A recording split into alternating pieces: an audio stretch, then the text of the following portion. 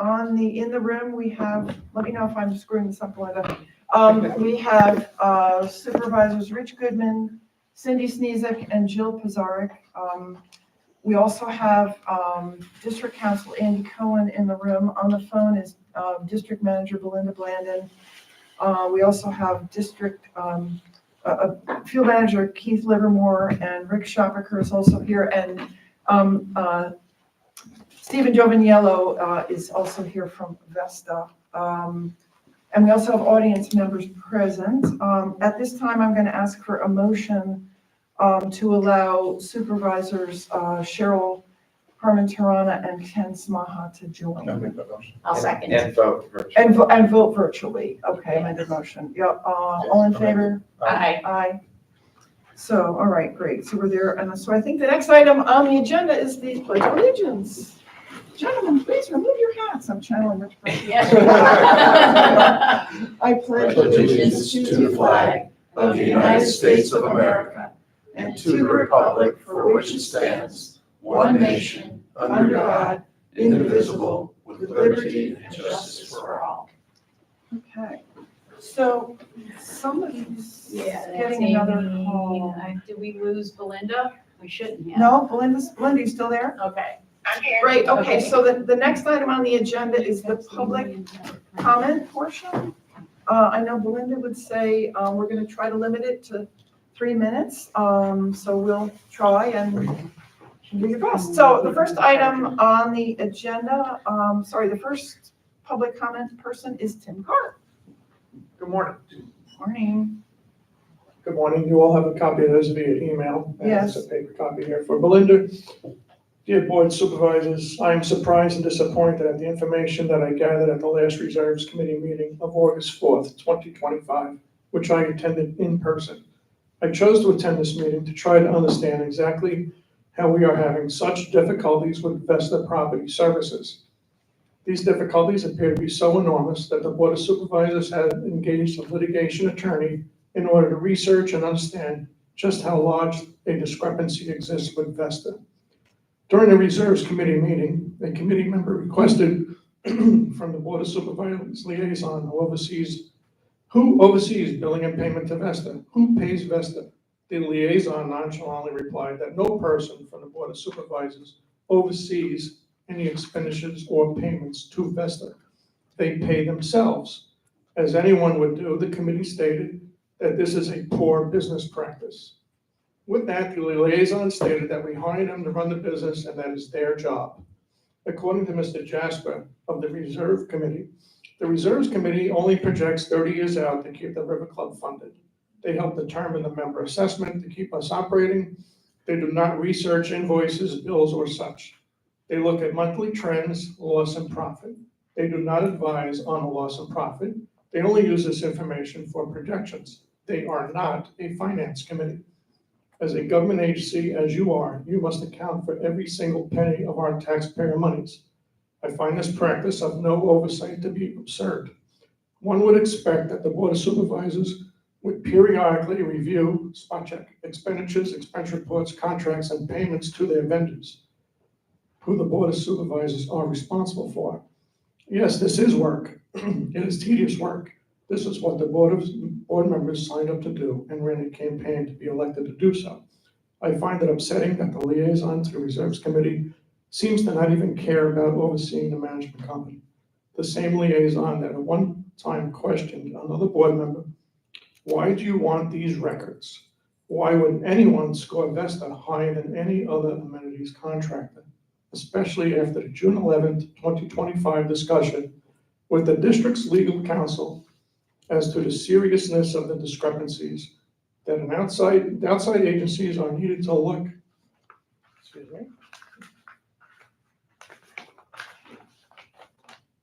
into these monies. Why is it every time there is a discussion regarding taxpayer monies, this supervisor sides with Vesta? Why is there no determination and interest in safeguarding taxpayer monies by this supervisor? The list goes on, and the entire Board of Supervisors have heard it all themselves. It appears that this supervisor has no interest in either doing the work or protecting our tax dollars. As far as Vesta is concerned, Vesta has dropped the ball on many occasions. Yes, their chef and food preparation is spot on. The dining service has just recently improved. They finally have a maintenance staff that cares and performs their task, unlike mine's, their former maintenance manager. We now have a high-quality pool vendor that keeps our pool safe and spotless and follows Department of Health guidelines and rules. This was not a Vesta hire. They took over for the incompetent prior vendor. However, they are still failing at many items. Why was the AC contract allowed to expire? Why was the roof contract allowed to expire? Why does the racket professional not know how to manage his field of expertise? Why did the facilities committee have to develop a list of maintenance expectations? It's a 3 minute. Oh, Okay, thank you. You all have this list. Thank you. thank you, thank you. Okay, the next person is Darlene Cieslak. That me? That's you, that's the I don't room. delete it. Do I have to hold that and my thing and? Yeah, I'll hold it. We want people online to be able to hear you, Darlene, that's why. Yeah, thanks. Okay, this may not be called for now, but I'm gonna speak my mind anyway, because I've spoken to dozens of people who agree with this. Okay, But I'd like to take this time to address the painting of the signs and removal of the lions and planters. Also, the landscaping refurbishment along Laurel Road. To begin with, the signs, everyone I've spoken to has no problem with the painting project. It's well overdue and welcome. However, the expense of removing the lions and planters, which add architectural features to our otherwise boring signs, makes no sense. The planters do not have to have plants in them to be aesthetic. And most of us cannot see any issues with lions, other than painting and sealing. See, I'm shaking. Could help them last for many years to come. The other reason for not adding additional expense to this project is the unknowns of the widening of Laurel Road. If part of having the potential for 7 lanes in front of our entrance leads to an eminent domain and the loss of frontage, we will have wasted over $10,000 for nothing, and that's not including the cost of landscaping prematurely. And with that said, we should think twice about expensive landscape expenditures along Laurel Road right now for that reason. Thank you. okay, thank you. Thank you. I do not like public speaking. You were fine. You were So, next up, Morena McCormick. Morena's fine, I know Yeah. that. Well, Darlene has expressed some of my points of view, but I would also like to point out that why don't we have the timer on the lights in the tennis courts and on the pickleball? Because I come in the morning and a lot of the time the lights are on, so that means that they've been on all evening, all night, into the morning. We could save some money on that. I mean, to me, it doesn't make sense to have the lights on all night long. No, they shouldn't be. Well, I don't think they should. I'm not saying it's all the time, I'm just saying I'm finding. There is a timer. Yeah. Well, they're There is on, a timer. so it needs to be looked at, okay? Okay. The second, I'm finding that the system is not friendly. I tried to cancel a couple of reservations and change the tennis and dinner, Okay. and I cannot change the reservation. Okay. Okay? And also, we need to do something about the welcome center, the entrance where the design center is. It is a mess. We need, if we're not doing anything about it, we should get the golf course to do something about it. Or Yeah. maybe we should buy it and build some houses or make it a park or do something with it. It is disgusting. It is disgusting. We We discussed, agree. we discussed We that in all the agree. workshop. Okay. Yeah, we're working Yeah. on it. My other beef is the fact that somebody is going around and defacing public property Yep. with political stickers. I'm sorry, whether you're pro or you're con, whoever is in charge, Right. that's not the place to do it. And something should be done. Thank you. Agreed. Thanks. Great. Thank you, Thank you. We're Marina. trying to find out who. And we have cameras. Yeah. Next up is Sherry Souza. Well, I'm here mostly to support the viewpoints of Darlene and Moreno, so I agree with both of what they said, but I guess my extra thought would be if there could be a survey about the lions and the bulls. I'm not really sure of the history of how that came up to be that they were to be removed, but to me, that adds a lot of character. It was just kind of when I first moved here, my whole thoughts were like, wow, the grandeur and the guardianship of the neighborhood. I mean, that was kind of a whole thought process I had about moving here. So it was just my initial thoughts that it was just beautiful to add the lions. So I feel like the character of the neighborhood would somewhat be removed if those were removed. Okay, that's helpful. Thank you. All right, and last up, we have Darlene Schimberg for the record. Sure. I don't know, where's Tim? Where's Tim? I'm going to just expand a little bit upon what Marina said about the signs. Over the weekend, I was sent pictures of these political signs being put up by either a resident or a visitor. In either case, we have cameras that would allow us to see who's defacing our signs and gates. One of the signs blatantly said, F Trump. Yeah. Why these people think they are allowed to do this in our community is totally beyond me. This is something that should be followed up by our field manager and GM, and those individuals should be suspended or fined for what they did. Another incident involved residents climbing the pickleball fences to use the courts when they were closed. This is a huge liability for both the board and the club, and should anything have happened to those residents, again, suspension or fine for this type of behavior. What was that? What was that, and do we know, did you see it firsthand? That happened when they were doing the parking lot. There were actually children of a resident that climbed over the fence Yeah, I know who that and, okay? Thank you. So we should be able to find out who that was, because obviously someone saw it and said something to them. It might be too late now for cameras, because I don't know if the cameras pick up that area. The cameras do not pick up that area All specifically. right, okay. Thank you for letting us know. Thank I you. appreciate it. I'm trying to understand why we put rules and guidelines into place but never follow them or have anyone made responsible for their actions. This has got to stop, and we need to enforce them. Also, I'm questioning some of the things that were said in the workshop. We always talk about the committees as being advisory boards. And yet, every time I hear a supervisor speak, you're getting the committees involved in the actual operations of the committees, the budget, the finance, just anything that we talk about. So we're either operational or advisory and should not get involved in operational, or we're both. It's got to be one or the other. It can't be both. If you want the finance committee to get involved in the budgeting, that is operational, and they are getting No, involved it's in. not operational. The budget's not operational. That's a board decision. They're advising the board on budget. But they're working That's with the the people from Vesta on the budget.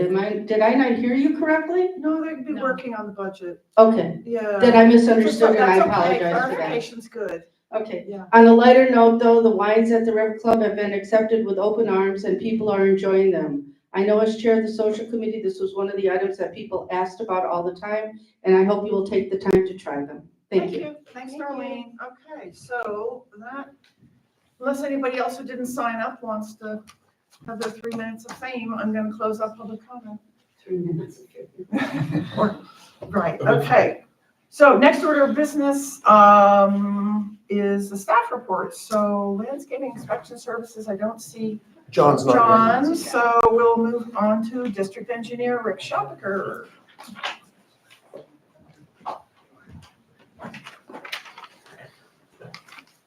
The parking lots ripening, we have delayed them to come in when the restaurant is closed on the 18th and the 19th. Rich and I, we talked about it, and we also wanted to bring back to the board exactly what we want to do with the striping. Do we want to go with thermo, because the time has expired now that we should be fine with the thermo, or we do the paint striping? It's a paint that will last probably 2-3 years. Okay. And the discussion that we had was, if we want to maybe seal the lot or do the reclamite, and they did that. The asphalt people recommend that. For reclamite, I know that product will extend the life. It takes like a snapshot, it'll keep that same look for the years after they do that. So what we talked about was, do we then just save $4,000 and just paint stripe it now? And when it comes to that, now if we do the reclamite, you could do the thermo now, and that will, they kind of squeegee the Okay, lines. Oh, And Okay. reclamite is a clear product. Right. It looks a little faded to begin with, but it takes about a month or so and it does wear off. I know that's what Rick said, but I recall all of the crosswalks getting that brownish haze on all of them, which is why I wanted to put off putting down the thermo now. Because let's paint it, and if we do the reclamite in a couple of years, after we do the reclamite, then we could put the thermo down, so then we're good for 3, 5, 8 years at that point. Because if we, Well, I'd like to, you go. I'd like to understand, we just paved this. So what's the recommendation on when the reclamite would actually have to go down to help preserve it? How long are we looking in terms of, like, are we 3 to 5 years, 2 years? What's the recommendation? The reclamite, the experts tell you they would love to get in here in the third year. And that way it still looks new and it'll prolong that look for Okay. another So 5. 3 years. and if we paint it now for 2 years, we paint it now to save the money, we can then do the reclamite and then thermo after the reclamite to make sure that the thermo is nice and crisp and stays clear, and then get 5 years after that. Because if we do the thermo now and then the reclamite should damage it in a couple of years, then we're painting the thermo, Yeah. which makes no I sense. mean, you So said they'd squeegee it off, but if it That's was what- your parking that's what lot, they what would you do? Yeah, that's what they say, but What would you do? Well, we talked about the options seal coat or reclamite. I don't like the seal coat. I know the only place I ever use seal coat is the parking lots. Yeah. Because of all the parked cars and the dripping fluids or whatever. But, I prefer reclamite over that because reclamite is the glue that is in the asphalt. Right. And it puts it back in. And it kind of reseals it and does all that. I know the asphalt guys that do the sealing, they want to seal in 6 months. But I wouldn't recommend that. yes, I'm looking to, we're looking at it to save some money now and then give us a nice clean product now with lines. And the reason we went to thermal versus lines is say after 2, 3 years, the lines start to fade, which is exactly when going to be the time when we go to reclamite. So we reclamite it So and then we okay. thermo it and we save about So 10,000. that's the recommendation. That's what we're And the thinking. cost to reclamite it is how much? Well, we can discuss the, Oh, but okay. that's It's another, probably a small number. That's It's another thing like down the road. $1.10 per square foot. that's something else for down the road, but at least in terms of spending the money on the striping now, we can save the money on striping now, do it again in a couple of years. And then when we thermo it, it'll last. Did we pass a motion agreeing on doing the thermo? Or Yes. so we would need a motion for painting, To stripe, and to save some for money. paint stripe? Yes. Yes, you're right. So I Okay. make a motion that we change the thermo to paint striping, save some money and. But do we have a number? Yes, Your proposal? the paint stripe was Oh, so it's within my 3,063. limit, okay. And the thermo was 7,386. Okay, so, So we okay, saved $4,200. okay, so it's within my limit, okay, 4,300. okay, so you made a motion. I made a motion to. Do we need the number in there? And subject to preparation of council? No, something? That's okay. So we already have a contract with these people, so we're okay there. Okay, You made a motion to change it from thermo To paint. to paint at a sum of not to exceed $3,100. $3,100. Is there a second? yeah, I'll second it. Okay. And then before we take any action on it, this is an off-agenda item, so I don't know if there's any public comment on this issue. I have a question. Yes. What is the longevity of the painting versus the thermal striping? Well, the painting lasts a couple of years, but in a couple of years, we're going to do the reclamite. The reclamite had a history of affecting, even though they said they can squeeze it off, all of the crosswalks here got damaged. And from the reclamite vastly Is that the extends the same thing that life. was put on our Yes, streets? yes, yeah. So in 3 years from now, we'll reclamite the parking lot and then thermostripe it after that, and then we have a 5-year product on both sides. Reclamite, they do track that, so we would look for a time when we could maybe have a Friday and then have it closed on, or just some time to get it closed off, because that does get tracked a lot. People drove up into their drives, into their garages, and that will track. So you know, if we could have a couple of days, seal coating, you'll track that also. Yeah. What is the to- cost of it? The reclamite? We don't know. Yeah, we can't have, So Yeah, to me, yeah. Yeah. we're spending then an incremental $3,000 because we're spending $3,000 Right. today to paint. Then we're gonna reclamite, which is perfectly fine. right, And then we're gonna thermo, and it's gonna be $7,400. Yeah, but if you thermo now, and then you reclamite it 3 years from now, and you damage the thermo, then you're painting on the thermo, and that won't last forever, because the paint on the thermo will only last for 3 years instead of thermo lasting for 5 years. So do we, There's no long-term solution, I Right. mean, there's not, right. these are always gonna be incremental things that you're gonna have to do. Thermo okay, doesn't last forever, painting Sure. lasts for less. but we were originally talking that thermo was gonna last 7 to 10 years. Right. But So I don't understand. So it'll last 7 to 10 years, but 3 So years are from you now. saying, wait, all right, so are you saying the reclamite is going to shorten the life of the thermal painting?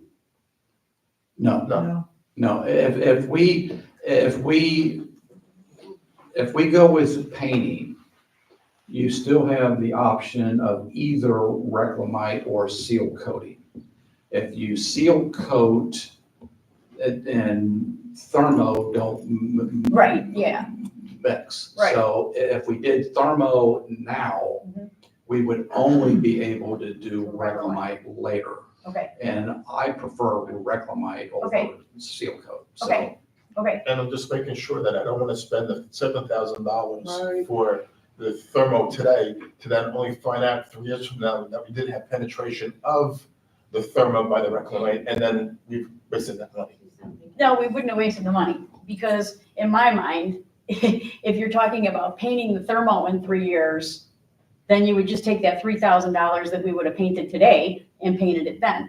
If we do the thermo now, the $7,400 now, and then we reclamite in 3 years, and we don't have the deterioration, then we save the $3,000 and we don't have to paint, right? So, to me, I say we thermo. But if you have to paint the thermo, then instead of the thermo, the paint on the thermo is only going to last 3 years, and then you have to repaint it again, and then again.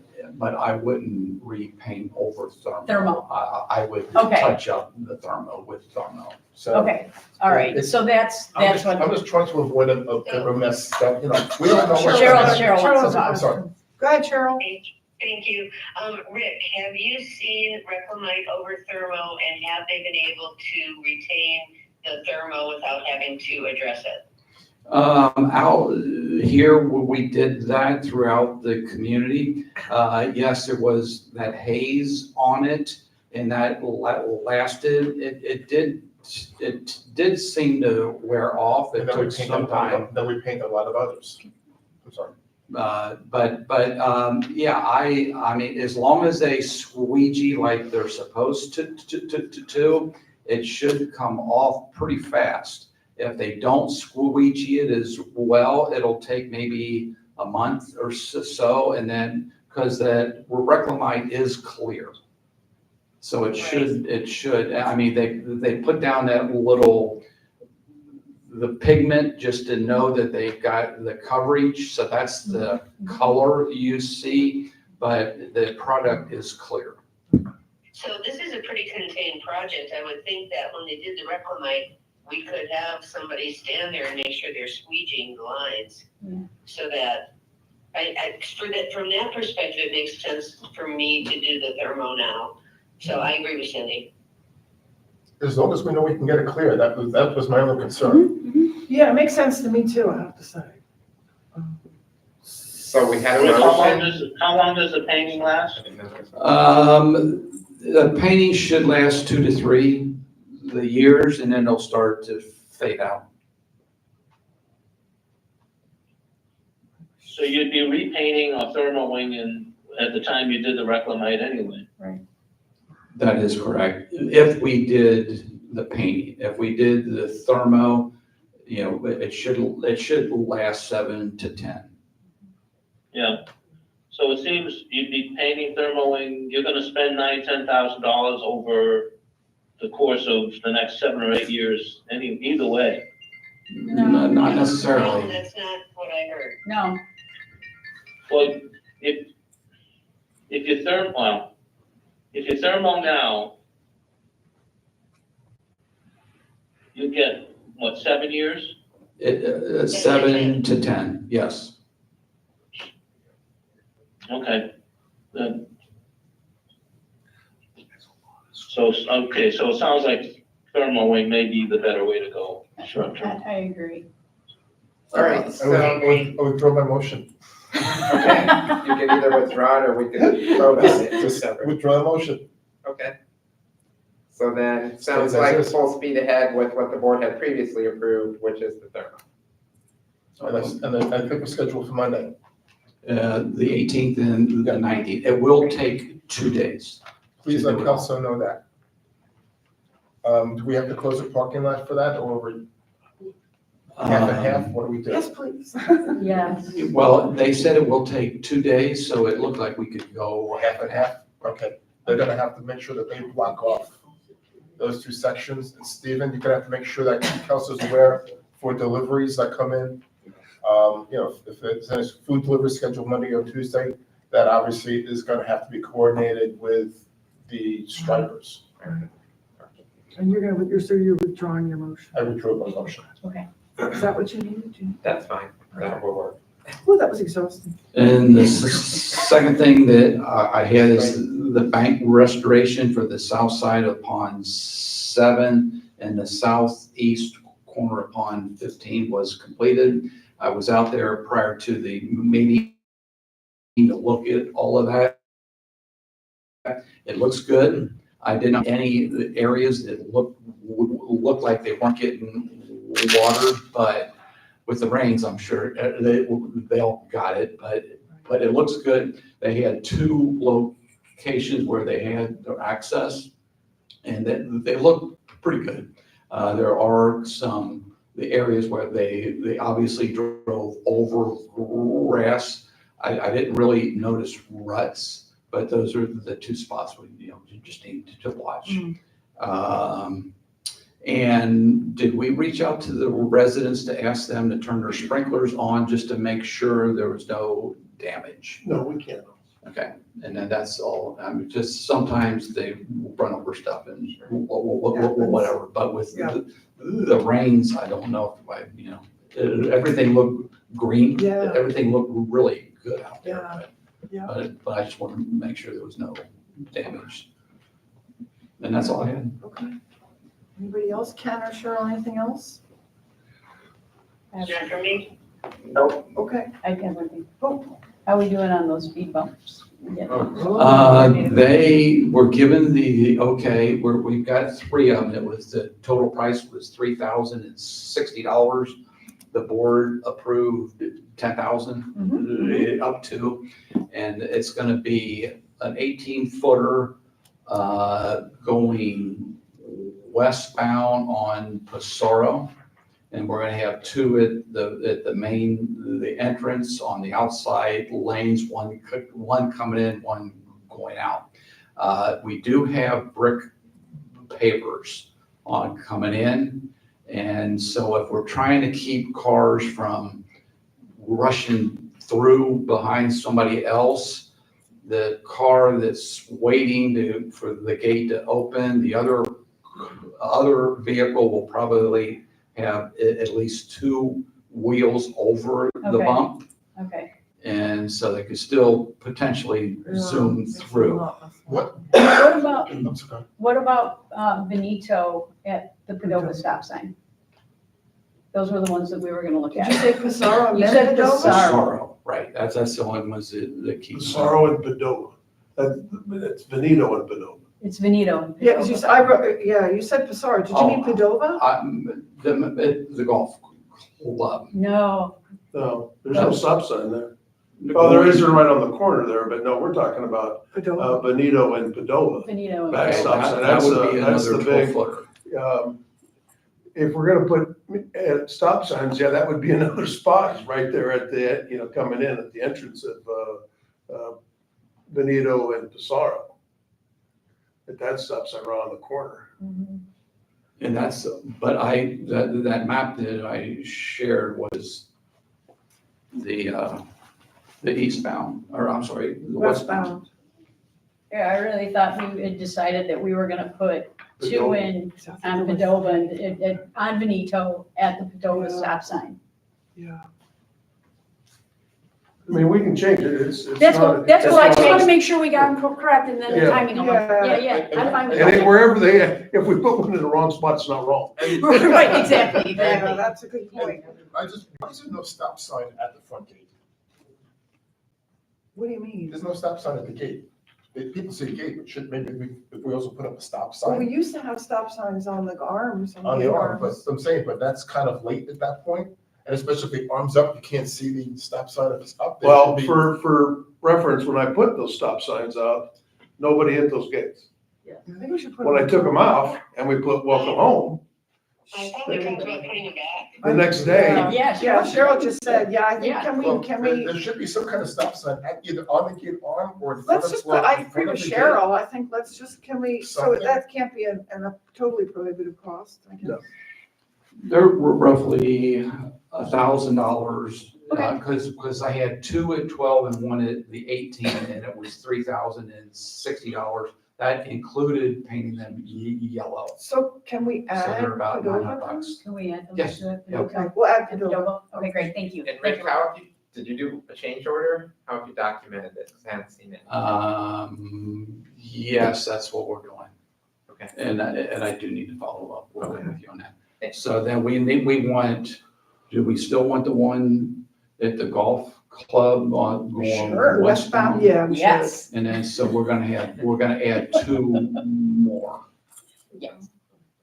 Okay, and I will work with you on that. I did ask him to put on his schedule, I don't know when, but I imagine within 2 weeks it should be done. Perfect, oh, great. Awesome. and this would just be a start of putting them out there. Mhm. Once we see the effect Yeah. that these are gonna have, That's exactly right. hopefully it carries over to other stop signs Yeah. within the community. And Yeah. the cost isn't huge, but I think it's gonna be a well-needed Yeah. add to our roads. And I did reach out to the city of Venice to make sure they're fine with everything, and they said, well, we're good. Because we're at stop signs, they have to stop anyway, so, that's really not gonna slow So they're any. emergency management. Right, okay. Great, thank you, Rick. Thanks, Rick, appreciate it. Next up is Mr. Council. Yes. Good morning, everybody. Good morning. Just an update on a couple of items. First of all, with regards to the contract with Hampton Golf, we are deep into working on that. We got a template from Hampton Golf, so we have that as a resource. We obviously have the existing contract as a resource for whatever its good and bads are. And we have a third one that we've been utilizing from another CDD that I work with in Apollo Beach that has pretty large amenity contract. Right. So we're working on putting that all together with the goal, of course, for each one of you board members to have an opportunity to see it, provide your comments, and then eventually we'll get finalization from Hampton and this board, and we'll have our contract in place. So there is some financial information. Amy Farrington from my office, that's the Amy we were talking about, is working on the contract, and I think I need to get with the chair and confirm some of the numbers and such, but we'll do that. Second item I wanted to report on is with regards to the look at the Vesta expenses and related financial information in that regard. So we do have our special counsel that we've retained. Chair executed the retainer agreement. I've had a number of conversations with him. He has been working on combing through the expenses. He also, no money has been spent, but he had a conversation with a forensic accountant. And he also, Rich has been, as usual, very helpful with providing information. I put Rich, Darren is his name. I put Rich and Darren together to Awesome. speak directly, and they both reported back to me. And I think that, well, let me add one more thing. So the forensic accountant, Darren spoke with a forensic accountant that he recommends his firm. His firm is recommending that we utilize. The cost is $7,500. And what does that get us? That's, TBD. Well, actually, Darren told me, he said that's actually they start for $75, it's a full accounting for the year. So it starts at the big things, so it's basically a complete accounting of everything. So it started the big picture of the big expenses, and we're going all the way down to the expenses, receipts, and this and that. So it's really, so it's not just isolated to. So it's a top-down job. It's it's looking at everything. If you're gonna hire them, they want to look at everything. I couldn't answer that question. That was one of the things I was gonna bring up. I couldn't answer that question if we wanted to do that, but whatever. I said, for at least my perspective on what I wanted to do, my goal was not to spend a lot of money with a forensic accountant now on expenses until we know we got cooperation and we saw what the expenses are. There's a couple of pieces of documents that I would love to see, would be like, Vesta creates that internal pass-through invoice. Well, I would love to see that, before we go to a forensic accountant, I'd love to see like the past 4 years of them to see what we're looking at. Because let's say the expense issue really only exploded for the 2, 3, 4 months of this year and really was not an issue of years past. Do we need to spend $7,500 for a forensic accountant to go back for this whole year if we know it's really isolated? So are you, Andy, are you looking for us to give you direction for Darren's firm? Well, let me tell you where I think that we're going, and please chime in, is that based on the conversations I've had with Darren, based on the conversations that Rich and Darren had together, I believe that what we're asking for as a next step is to gather some additional information from Vesta before we decide whether to pull the switch on the forensic accounting expense. So with that in mind, the idea was that I would direct a correspondence to Vesta for some additional information at this point. Are you on that same page? I mean, that's what I'm thinking, unless there's other issues or things that we don't, Well, here's what, I don't mean to be contrary, but, because there's two things, right? There's the practical matter of, if getting a top-down view now may instruct what else you want to ask for. So that's the first item, right? That at least you have somebody who's making a map, right? Before you go looking for buried treasure. But the second thing for me is just, and I, full disclosure, I mean, I talked to Andy last week and said this, I feel at some point the board has we have a fiduciary duty to, expeditiously try to get to the bottom of it. So that's, I guess I'm just being a little bit contrarian, saying maybe it's better to do the forensic accounting first. I'm just throwing that out there. Or we can do both. But I'm not an accounting person, We can do so both I don't know. simultaneously. I mean, like I said, I don't know, we don't know what we don't know in terms of the past 4 years. We're Right. trying to figure out from the GLs what happened and all of the reclasses and reversals, whatever. It's really complicated to figure out what actually transpired. But if we had receipts, if we had the best invoices, the past due invoices, we at least we would know from that Who's perspective. gonna do that work? We can get it and I can look at it and then come back and say to Andy and or Darren, I'm looking at these things and it was $300 a month. let's just say, instead of the $5,000 a month for the past couple of months we're talking about. Okay. It looks like then we don't really need to go back, at least on the expense side for that. If I look at the receipts and there's, the patterns exist back then and it's large dollars, then we say, okay, we need to then pursue it, but with the board's, the board's Well, direction. But I'm going to look at it to get a start, to start it, to see if we can, where to go with it, Okay, at least what on were the you expenses. I'm just gonna say, I mean, to Darren's credit, he's trying to be cost Yeah, conscious. sure, appreciate that a lot. But I understand, yes, you and I talked about it, so there's I understand your perspective. Other thing I wanted to throw in here is I have heard from Chris Hodge, who is the counsel for Vesta, and he basically said that he wants communication to come through me because he feels that because we're That's fine. crosswise That's and I'm fine. counsel. So if That's there are any additional documents we want or whatever, I'm glad Okay, to that's put it fine. together. Well, so what do the three finance people on the board think? So the forensic accountant's only gonna go back 12 months, correct? That'll be his scope of work for the $7,500. That's my understanding. So what benefits are we gaining by saying we're gonna go back now 4 years? Will we have, and I guess, Andy, this is a question for you, if the forensic accountant is only going back 12 months, but Rich decides and looks into it and he discovers that there's 4 years worth of data, do we have any legal standing with the information that Rich has pulled?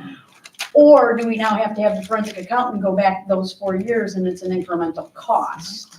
I would guess that there would be, if we discover something that would require some additional review, Okay. I would guess that we would want, just guessing, we would want the forensic accountant to look at that, and most likely there would be additional cost. There would be an additional incremental cost.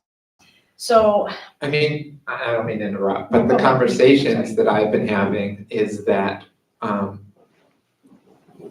I think everybody is in agreement, if at the end of the day, the impact to the district, I'm just making up numbers, it's $500, okay, I'm being very wild, then we're not gonna stand in court in front of a judge and say we're out $500, okay? Right. So we're trying to figure out what the extent is it worthwhile? Right. Things along those lines.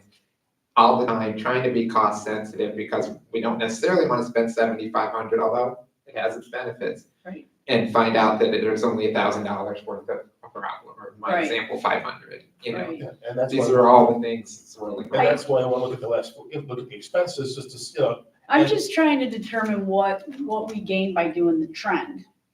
Because we're gonna have to, and Cheryl and Ken, if I'm over speaking, my apologies. Because if you discover this stuff, then we have to have the forensic accountant go back to recoup it. So I'm just trying to figure out, like you said, Andy, to determine what the cost benefit is for that forensic accountant. oh, but we don't know what the damage is. I mean, if But- the damage is limited, then you don't go back. Which is a great thing to have the forensic accountant verify that. But you also don't know what you don't know. Yeah, Right. exactly, that's it. So, Can I Please. ask a question?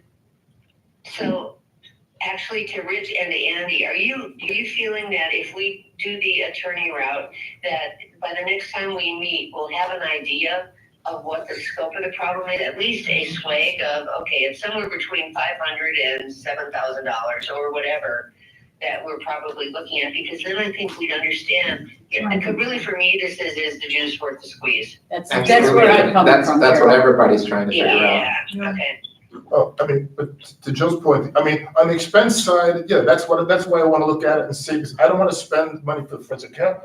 I don't want to spend money for the attorney. I don't want to go to court, and I don't want to spend a lot of my time, really. I just want to get a glance at a snapshot of what transpired easily enough to then say, we have a problem, we don't have a problem, report back to the board, so we make a decision of how do we go forward with this. And I'm not, listen, but Jill has a point. Do we want to make sure that there aren't other ambiguities or peculiarities that we are unaware of at this point? I don't know. Ken, what do you think? Well, my first question to Andy is, has the litigation attorney gone through all the information you sent him Yes. and drawn any conclusion? I don't know that he's drawn any conclusion per se. I think the conclusion he's drawn is that it would be beneficial to get some more information. But yes, he has been through it. Okay, and If he what had- more information is he looking for? I'll be honest, I don't understand it as well as Rich and Darren do, so I will let them chime in, but I'm perfectly willing to write the letter. Obviously, they will tell me the information that they're seeking. Yeah, I mean, Ken, we're just, and my conversation with Darren, was 15, 20 minutes, explained to him a little bit. He understood what I was coming from and he understood the potential things. Obviously, he doesn't, he read a lot of the responses that we got from Vesta and explained to him why some of those responses didn't make sense. He understands where it's coming from again, but if it's just 2-3 months, the expenses stopped in April or May. If it was really only January, that was also bad then, and it doesn't really go back to 2024, 2023, then we kind of just leave it as is or make a decision. Maybe we write us a letter saying some of these expenses were not kosher, for any lack of a better term, and we want a few dollars back, or we just drop it entirely, or if we see that there were $5,000 worth of expenses going back every month for the last 4 years, then we have to dig deeper and hire a forensic accountant to really go through all those things and make those determinations. So, to answer your question, I don't want to get too deep into it here, but I think the quick answer is Darren has reviewed everything. His conversations with me was that he feels it would be beneficial to potentially get some more information. Okay. Works for me. And Works for me. I'll work with Andy as to exactly what to request, and we'll see what happens. Thank We'll go you. from there. No, it's a lot of work. Yeah, Yeah. makes sense. Thank you. Okay, I'm trying to spend money. Appreciate it. No, look, I get it. Yeah, Appreciate it. yeah. Thank you for the Thank work. you. And I'm not looking at, I'm not looking to go to court. I hear ya. We'll do what we have to. Then it gets really expensive. Yeah, exactly. Okay, so, with those two items, I don't have anything further, but I'm glad to answer any questions. I've got one other issue. Absolutely. Okay, so we purchased the salamander last September, delivered in January. It's supposed to have been installed every week for the last 8 months. It's still not installed. To pay them in advance for something that has not been installed. The vendor was supposed to be here last Monday installing it. It did not get installed. They did not show up. We don't know why they didn't show up. Okay. I told Kelsey at the meeting on Tuesday, the facilities meeting, let them know that I want them here this Monday to install it. Otherwise, they can take it back, because they were going to get a warranty on it, because the warranty was a year, but being that it's been sitting in a closet for, they were going to extend it, but if they can't show up for a scheduled installation, I don't trust them now to come back and repair it anytime after, for 8 months after the warranty expires. I want Vesta to refund that money to us. They can come pick up the salamander and we can get somebody who's actually going to show up and install it.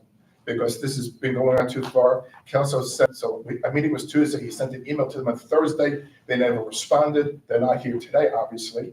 And I told them, I said, I've had it. Facilities has had it. We spent more, Tim has spent more hours on the salamander than anybody here combined has on anything for the entire CDD. Let me ask a dumb question. What is a salamander? It's like a heating grill. It's a grill that heats from the top. So you make French onion soup and nachos and French onion soup and nachos and it's a grill tap thing.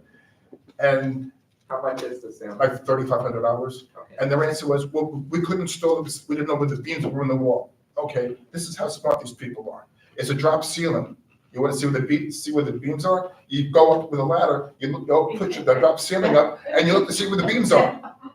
So instead of these people drilling pilot holes into a stainless steel firewall to try to find the studs. So these people are incompetent. I've had enough of it. We actually even had to go out and spend another $80 on brackets to put it up. Yeah, that's what I heard Kelso say. Even though it's supposed to be turnkey. So I had enough of these people.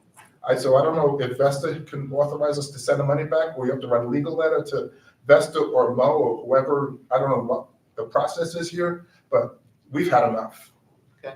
And it's, the community deserves better than this, and I don't trust these people to be here for 8 months warranting something if they can't even show up for an installation date and don't even tell you why they didn't show up. So as far as we know, it's still sitting in our Oh, storage spot. that's definitely still sitting in the Sitting in storage the shed. spot. Yep. Under a tarp. Right, I'll work with, Yeah. trying to get that resolved. Thank you.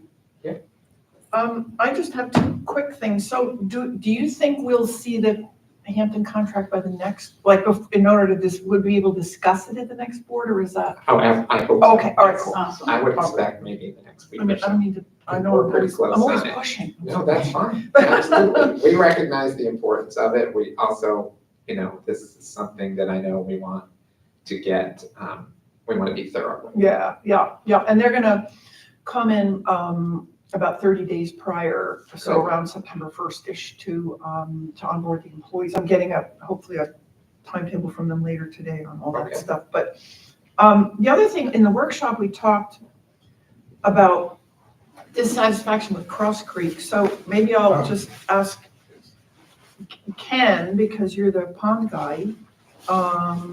Do we want to write a letter to Cross Creek about the condition of the ponds? Here's the issue. What, I'm sorry. Yeah. I'm sorry. That's all right. Are you there, Ken? I am,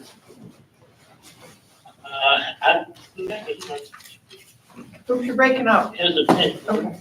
I'd like to hear from Keith, his opinion of Cross Creek's handling of that, because they had said to us earlier in the season that the drought conditions at the time, a factor in the cause, and they were treating it. As long as it would stay, eventually, when the ponds filled in, it will stream. Ken, one of my conversations with Cross Creek at that time was, they told me about that we were having a drought. And I said, no, we're not having a drought. We haven't had a drought yet. So, that's not, that one isn't gonna play. And then everything started to die and come to the float, and you can still go around to the ponds, and there's still these big areas of dead grass throughout it. So the consensus is that Cross Creek didn't maintain what they were supposed to be maintaining. And when this all of a sudden bloomed and came into, they killed it all, and it started to all float to the top. Now we have islands out there of dead grasses, dead, what's that stuff, duck, or The Cara. the Cara. So they didn't maintain and do what they were supposed to have done. And so the question is, do we want to have Andy touch with them, or maybe get back with them and say, you need to take some and get all this out of our ponds before, because we're not going to pay you, or before we move on to They're only charging another 31st. another company. So that's the question. So you have not talked to them about coming in and cleaning it up? Well, I have talked to them about it, but they're saying that it'll all, there's a cost, of course, with that. And it's not just one or two ponds, it's just about every pond in Venetian. And so the cost is gonna be, will it sink at some point and decay around? Well, I'm sure it will at some point, but what's that gonna do to our ponds? I'm not an expert by any means. We got two sitting here in the audience now. And I'm sure that it's not terrible, but it's not real beneficiary either. It's gonna raise, so the decay of anything is probably not a great thing. But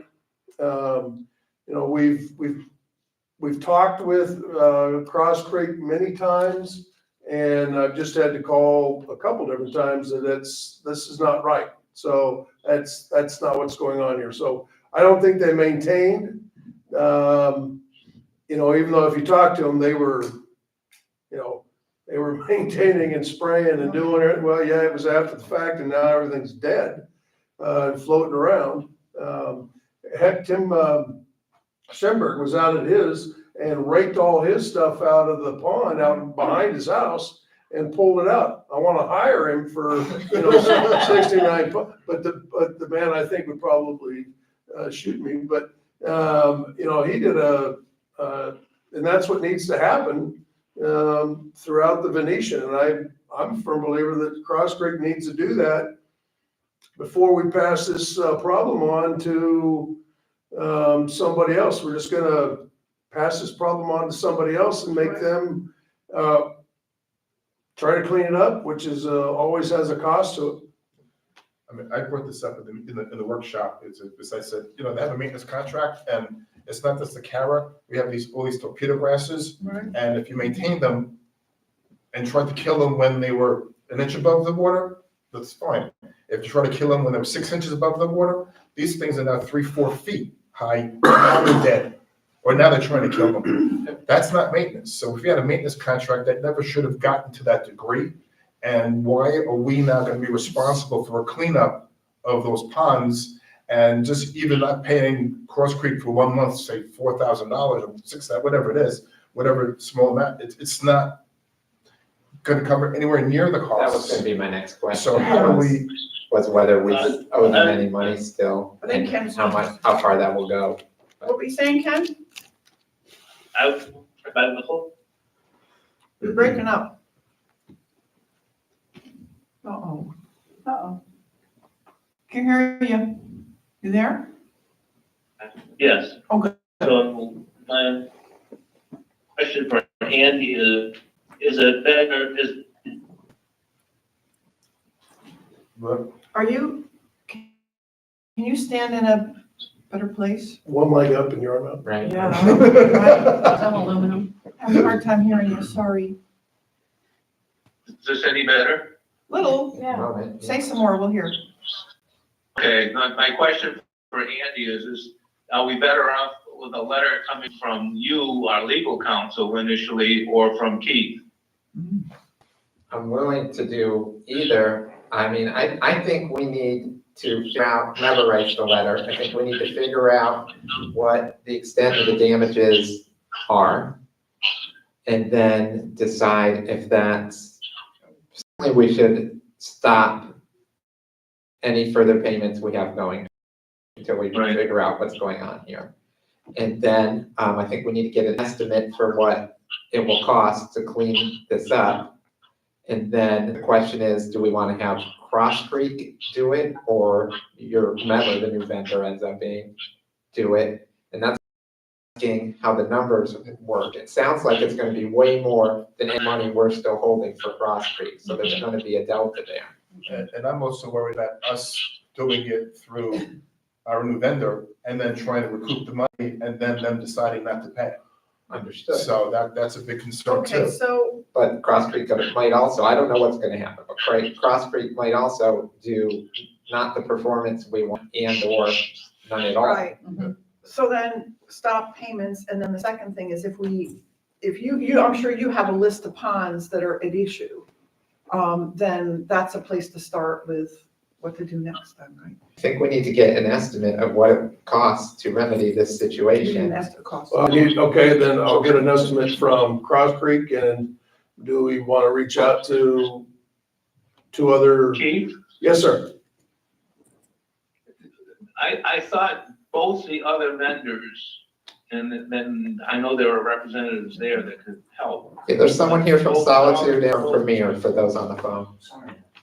Both Solitude and Premier Lakes, in their quote and in their conversations, had indicated that they felt that with the visits that they were proposing in their proposals, they could get our ponds back to normal maintenance level. They're shaking their heads, yes. But does that include, is it killing the stuff, or is that getting rid of all of the stuff that's gross, or I mean, what's? You're asking? Yeah, yeah, just, Well, both of you, yeah, yeah. both of you, Yeah. yeah, Well, just so we can get a better understanding. yeah, so out of the conversation that you've had, and Bill Carter, for the record, of Premier Lakes, two items, you mentioned torpedo grass, spraying it when it's an inch above the water, that's actually not effective. What they really should have done is sprayed it before the water came up. Much easier to kill torpedo grass when it's exposed on the bank. When you don't have a lot of leaf, you don't get good control of the roots, so that's the difficult thing. For the Valleson area, that was the major issue that, and I mean, to be honest, this has been dragging on for a while, but it's been a couple months probably since I've taken a good look.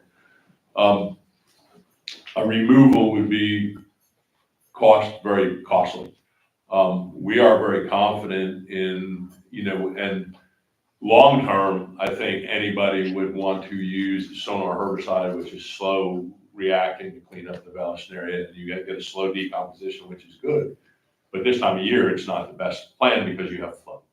So what we would be looking at is treating it, and we do have some newer treatment methods that we utilize for Valleson area that actually kind of like make the leaves melt very quickly. And typically they don't even float up. Of course, now that they're already floated up, I can't prevent that. But we have had very successful treatments where in a 2-week time frame, we've made floating leaves almost disappear. The treatment method that we currently use kind of desiccates the leaves very rapidly. They turn black and they disintegrate. You're still having nutrient release and all those other things, and I don't think anything will stop that. Even if you bring in harvesters to try and harvest the Valleson area, you're gonna kick up some muck and some nutrient. You're gonna create more algae blooms, even though you may remove it. So, I think either Liz's company or our company would probably prefer to. If you spend money for someone else, they might put a Band-Aid on a big wound, and we would rather take that on ourselves. And, there's no additional cleanup cost with the proposal that we've offered. Okay. Did you add anything to that, Liz? Yeah, I want to echo what Bill said is completely correct. The issue is you want to get ahead of it, in the spring. Yeah. When the water levels are down, when you don't have the rains and ponds aren't flushing. Valleson area is a native plant. Yeah. So it's really good for fish habitat. So you want to be able to kind of work with it, but also make sure that it doesn't get out of control. And if you're wanting to control it, you need to do it early in the season. So that's why, the damage is done. Yeah. Just to, get back ahead of it. We definitely don't want to use the sonar treatment right now while we're having the rains and things like that through the hurricane season. But towards the end of the year, you can definitely start to use that sonar again to get ahead of it. That's why I told Keith, yes, we could work on that, but give us some time because the existing Valleson area that's still here, the ideal method of treatment won't work right this time of year. Anyway, Okay, okay, that's helpful. that's very Thank you. helpful, yeah. So then does it make, we're paying CrossFit once a month? I believe so, yes. So I don't have any recollection of what the cost would be, like $3,500 a month or something, right? I think that's about Well, that's part of, but all told for all, with the preserves and everything else, it's probably a bigger number. And then when, So does it make sense to? I mean, we're paying extra now for these people to do their work, so I think it's not costing any more than. No, that's what they were just saying. Yeah, it's not costing anymore. I don't know. All right, what is the sponsor? All right. All right, Pond Guy, what do you think? Yeah. Why wouldn't we start by, Keith getting Cross Creek to commit to treat it? But we can't treat it. We can't. Well, I've already talked to them about treating it, and that's why it's all floating and dead, out there right now. I mean, they've committed, after, I think they tried to close the barn door, after the herd left. Well, and it's also having, because I think Bill Kurth made this point last meeting or meeting before, that in terms of the Valleson area, I guess it's called, or Cara, they've treated it now so much that they've killed some beneficials, or at least they look dead-ish, or they're damaged. and I mean, I don't want to put words in anybody's mouth, but from what I heard, it sounds like whomever you choose, whether it's Solitude or Premier, wants it left the way it is to come in and do their That's thing. exactly right. Yeah. Well said. So Because we don't want to That's screw what it it sounds up. like. We don't want to screw it up more I than think it we should is. just move on. I agree. I think we should just move on. Okay, Close the if- door and, Yeah, if and there's, start yeah, fresh. if there's no extra Yeah. costs, you know, I I think we was should just, just move on. yeah, You and if there's agree with nothing that, to Ken? do, Yes. It's harmony. Cheryl? pardon Yeah, I agree, move on. me. Yep. We're not laughing at you, we're laughing at Keith as being a smart aleck. Yeah. Okay, Oh, so, what a surprise. yeah, I think, yeah. Any Anybody have other anything? items for me? No, sir. Nope. Thank you. Thank you. Thank you, Andy. That was a long one. No worries. Okay, next up, do you have anything for River Club, Steve? Yeah, just a couple quick things. So unfortunately, Kelso could not be here today. He had a family commitment out of town.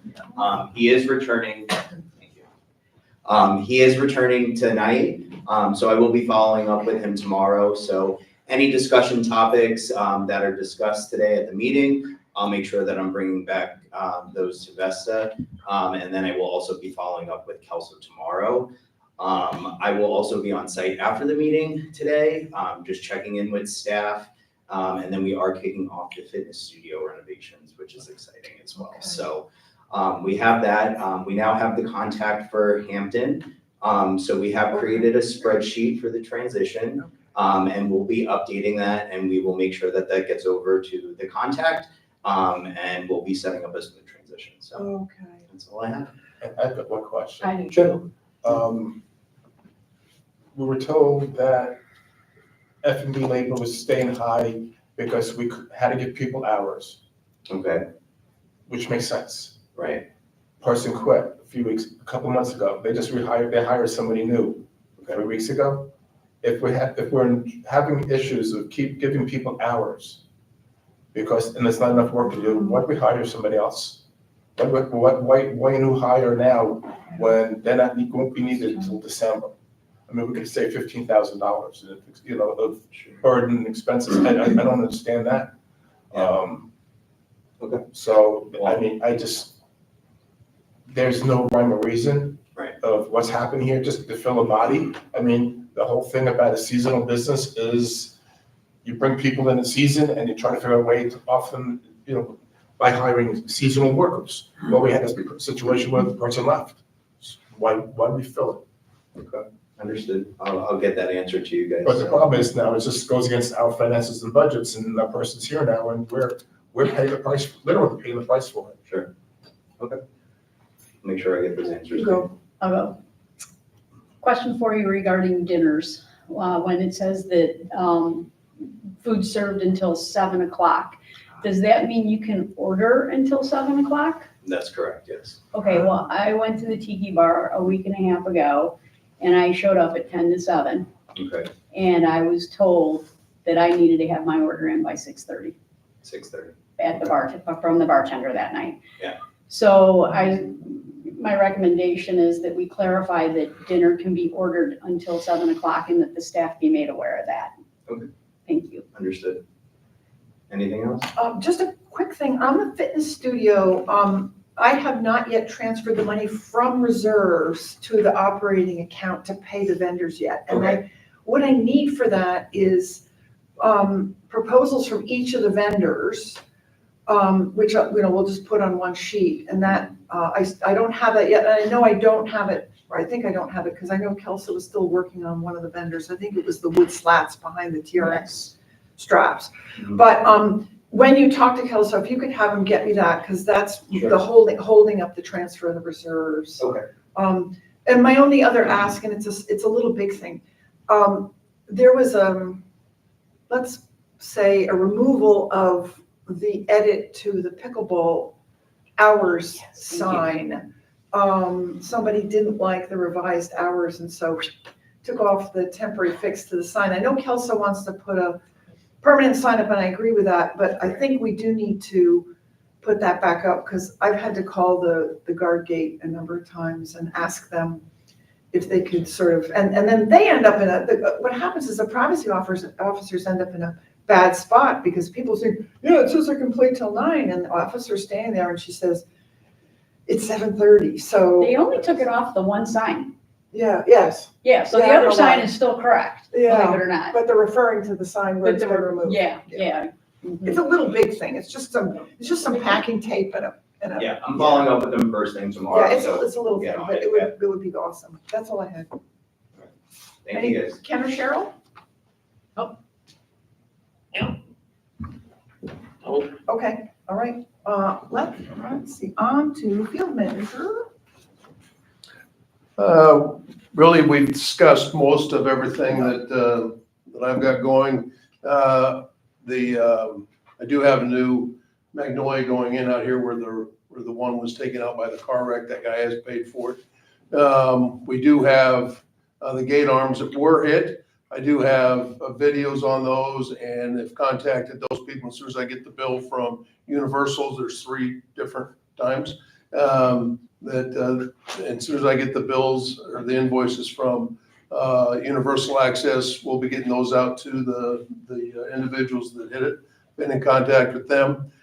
And they're just like, yeah, okay, I'll pay it. So it's one wanted to argue until I said, well, there's film at 11 if you'd like to come see it. And he was, oh, well, that's fine. We'll just, give me an invoice. So we got that going on.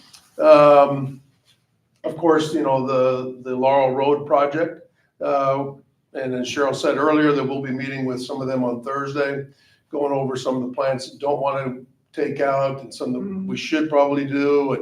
And the team that's doing this, very energetic. I was very pleased standing there talking to these guys. And there's 3 of them and they are ready to go. They're very energetic and to get this going and want to do a great job for us and that property. I'm getting some calls as of late about the back gate, and at some point, you as a board are going to have to visit that entry exit. Ken and I have talked about it at length. Rich has a different take on it now, but at some point, making that an entry and an exit as well. So it's I'm getting a couple calls throughout the month on that avenue. So with all that transition going on, the expense is I'm sure it's a next year project, but it's something that we need to start probably putting in the forethought of our heads. Are we still locking the big gate at 7:30 at night, like we had talked about? That's still closing at 7:30 at Correct. night, so, okay, great. Just to let you know, I was a proponent of that, but after this past season, driving around Sorrow, almost getting hit 3 times from all the cars parked and people driving up and around. And then I saw people that could not pull out of the driveways because they're pulling out backwards into traffic. That is really not designed for that amount of traffic. Veneto obviously is a big wide open street with no cars parked on it and no driveways. Passaro is a very different story, and then you've got Portofino. So that's going, up to the club. That's going to create a very different scenario because it's not even like a subdivision that has an HOA. People have the landscapers and everything every different day. I don't There's see trucks how everywhere. that's gonna change traffic flow. Because It's not like I'm thinking that the people that are coming in the front gate, and this is a conversation for another time, but I don't want to belabor it, but I don't see how that's gonna change traffic flow, whether you open up that ingress as an ingress or not for that You gotta area. get old people from Bella Vista, whatever, that are coming down Portofino as opposed to go to the front gate to get out. They can get out now that way. Well, I mean, to come in, you're gonna get people coming in that way versus up and around, they're gonna come down and They in. can, That way. they can go that way I don't know. anyways, though. Maybe not, I don't know. Okay, I don't want to belabor Well, that, yeah, I we'll don't want talk to about- belabor it, yeah. I don't. That's just food for, Yeah, coming down the road. It's I'm something just telling you that, what I'm Sure. thinking. because it's- Sure, no, that's fair. Yeah, we got a lot of yeah, other no, things no. that need to happen. Yes, exactly. On the exit gates, because, I almost feel bad about, the landscaper who hit the exit gate because he obviously hit it full bore, like as I said to you, Smokey and the Bandit style. Probably tired at the end of the day. Should we put a sign on those exit gates saying, please drive safely or something so that it gets people's attention. I when can put there's a stop gate signs on there. those as well. Yeah, I would put stop signs. And we'll just put stop signs on them. I think Yeah, we should let's put put- something on them, because I think, to be fair, fair is the wrong word, but I can see how somebody who's been working all day in the sun, who's dehydrated, wants to get home, probably didn't even see Well, that. one thing they don't see also is the sign that's there that says gate closes after every car. Yeah, no, I mean, I mean, it's when somebody. maybe, those signs up there, I looked at them as I was coming in this morning, they need to be repainted, so I'm gonna get those Yeah. painted. Yep. And, bigger is not always better. And so I don't know if that would cause even more of a, distraction because it's bigger, but just getting them painted and those type of things. We try to stop signs on May the help, exit gates. Yeah, those don't, yeah, I like the stop signs on it, but, I don't know if we can do this. I mean, we spend a lot of time, especially Keith spends a lot of time, and now we're spending money with speed bumps and this and that, repairing gates and whatever, because people are not paying attention. We can't charge above and beyond the cost of the repair, can we? That's an can't. attorney question. We cannot, we don't have any fining powers. Okay. And we can't be, quote, making money. Okay, But we do have, I have some CDDs where we can institute a policy where you revoke their gate privileges, meaning they would have to come through the visitor lane. That would work. So not only Repeat they would offenders? have to pay for the cost of the repair, but then repeat offenders, you lose your RFID access Correct. Cool. and gate. and I don't believe, trying to think back, that we've had repeat offenders hitting the gates. I Right. think they learned, I don't think we've had that problem. Now, the repeat offender thing is the stop signs coming on Main Street. That's your main issue right there, and speed. Mhm. All right, hitting the gate, I think is a one-time, knee-jerk reaction that they don't want to happen again. So, and it's not cheap repairing those things. So, they get those bills. So, Okay. it's, but that's where you're gonna need your Okay. repeat offender thing and Okay. revoking, Cool. All right. Question for you, sir. Yes, ma'am. There is a sign at the corner of Pissarro and Veneto that says River Club. And it gives you the direction. Can we get Dan to paint that? Sure.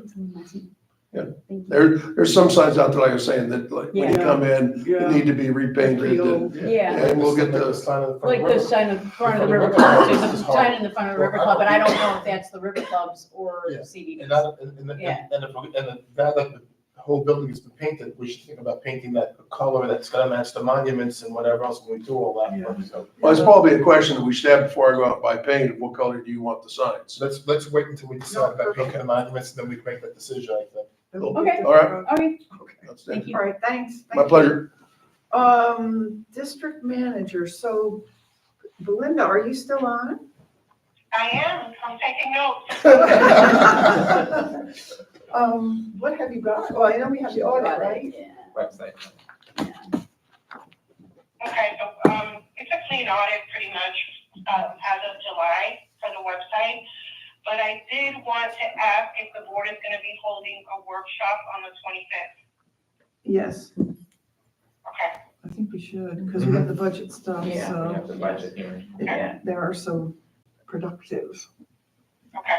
Okay. And I already, filed with FEMA so that we, remove our RPA for Hurricane Milton. Okay. That's been completed. Oh, thank you. We got, Any questions for me? Yeah, well, Ken's aware of this, but, the rest of the board won't be. There was an email that you received from Vesta about some, charges that should have been reimbursed from reserves. And, Correct. so I know you saw that email from Melissa, who's here. And I had a couple questions on it. I mean, maybe I guess I could get to Melissa separately, but, I guess the question I had for Belinda, and I wanted to just discuss this because this is how it got outed to me, is do we know if were these charges booked to the income statement? I mean, they weren't. No, they went to the receivable, Okay, the due from the CDD. okay, because that was a lot of cash to be operating without. I mean, it was what, $46,000, almost $47,000. Oh, okay. Okay, so that was the first question I had, and then the question on that for Ken is, were you aware of these charges for the River Club reserves? And did it reflect those, or do we now have less in River Club reserves than we thought? And No, those were all projects that were in the reserves, okay, part of existing coverage. okay, so that was contemplated, okay. Yes. So procedurally, Belinda, then, do you need one email from me on getting these reimbursed, or, because I tried to check a couple of them, I couldn't tell if they'd been reimbursed, and I went through Jonas, and I think some of these were just before Jonas was implemented, and although there was a front gate one that I didn't find, was that on a credit card, the front gate furniture? Yeah. That was credit card, okay, that's why I didn't find it, okay. Procedurally, I guess we don't have to take up time here, but, that you need me to go ahead and have that transferred, Belinda, is that right? Correct. Is there anything else you need beyond what was in that email from me? No, Okay, no. okay, all right. And do we need to, no, we don't need to ratify any of this because we ratified the original expenses. Okay, I was just, Taking place. yeah, The first. my mind works overtime, it's terrible. Okay, I don't think I had anything else. Oh, Belinda, we did talk about next year's dates. And Cheryl's got a nice trip planned for early October. But Ken will be back by then, and we want to keep the current rhythm of, a meeting and a workshop per month. So I guess we can talk about it more, but anyway, we've discussed it. So I think we'll be able to have a quick discussion when it's actually on the agenda. Yeah, I would assume Okay. Belinda's gonna present on meetings. Yeah, but I had asked her, and then at least we've talked about it ourselves. And we also want to talk about that town hall. We should, Oh, in the town hall, the the town quarterly hall. town hall. Oh, yeah, We should. yeah, we should talk about that. So in the workshop, when we were talking about the strategic plan document, Belinda, it was proposed, and we all liked the idea of doing a town hall, which would essentially be a publicly noticed meeting with, the agenda essentially being a public comment. So I think did we talk about doing one as soon as October? Well, Cheryl won't be here, so maybe we do beginning of November when Yeah. everybody's back. Yeah, I think we do it like a couple weeks before Thanksgiving, because we'll start to get a lot of people back by then. Yeah. So, maybe what we need to do, so do either Andy, or Belinda see any issues with something like that? We would do it here. I mean, I assume it would just, you won't be taking any formal action, at least No, that's not your plan. no. So it'll just be a Right. workshop. And we would still have to notice it, as you already have contemplated. If you know the date already, we can work it into the fiscal year meeting schedule that Belinda will be placing just in the one ad. If you don't, we'll just do a special ad. And one question, if we're gonna do something like that, to do it at night. That's what think I we was thinking should. too. We Yeah. should. So We maybe can do what it we at can night. do, just in the interest of time, is look around mid-November and, pick a day like a Friday or something.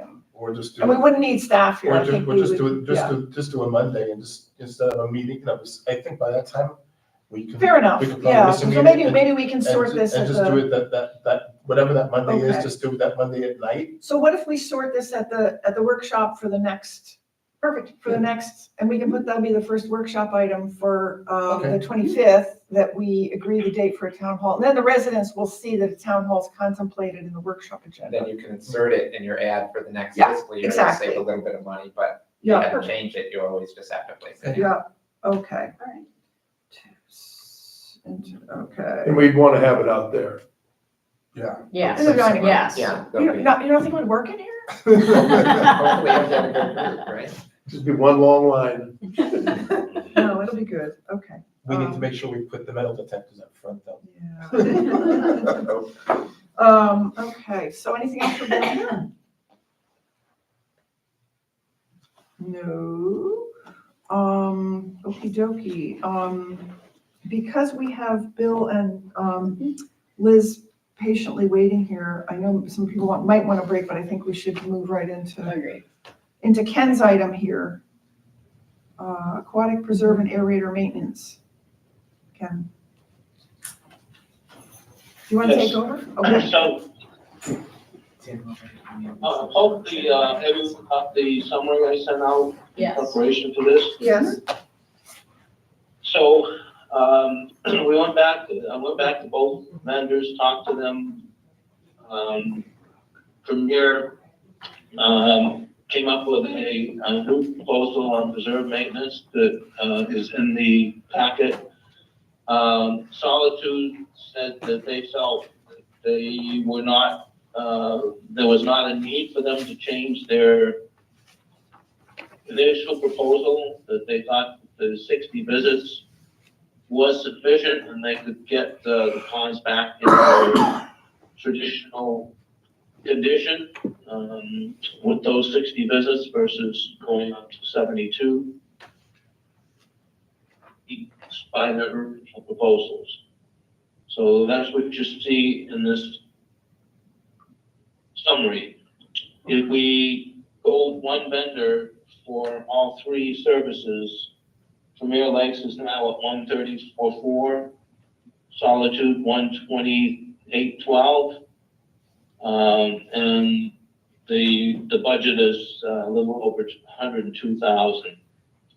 If we decide to break it into the lower bid for the various services, you can see the split service comes up to 108,612.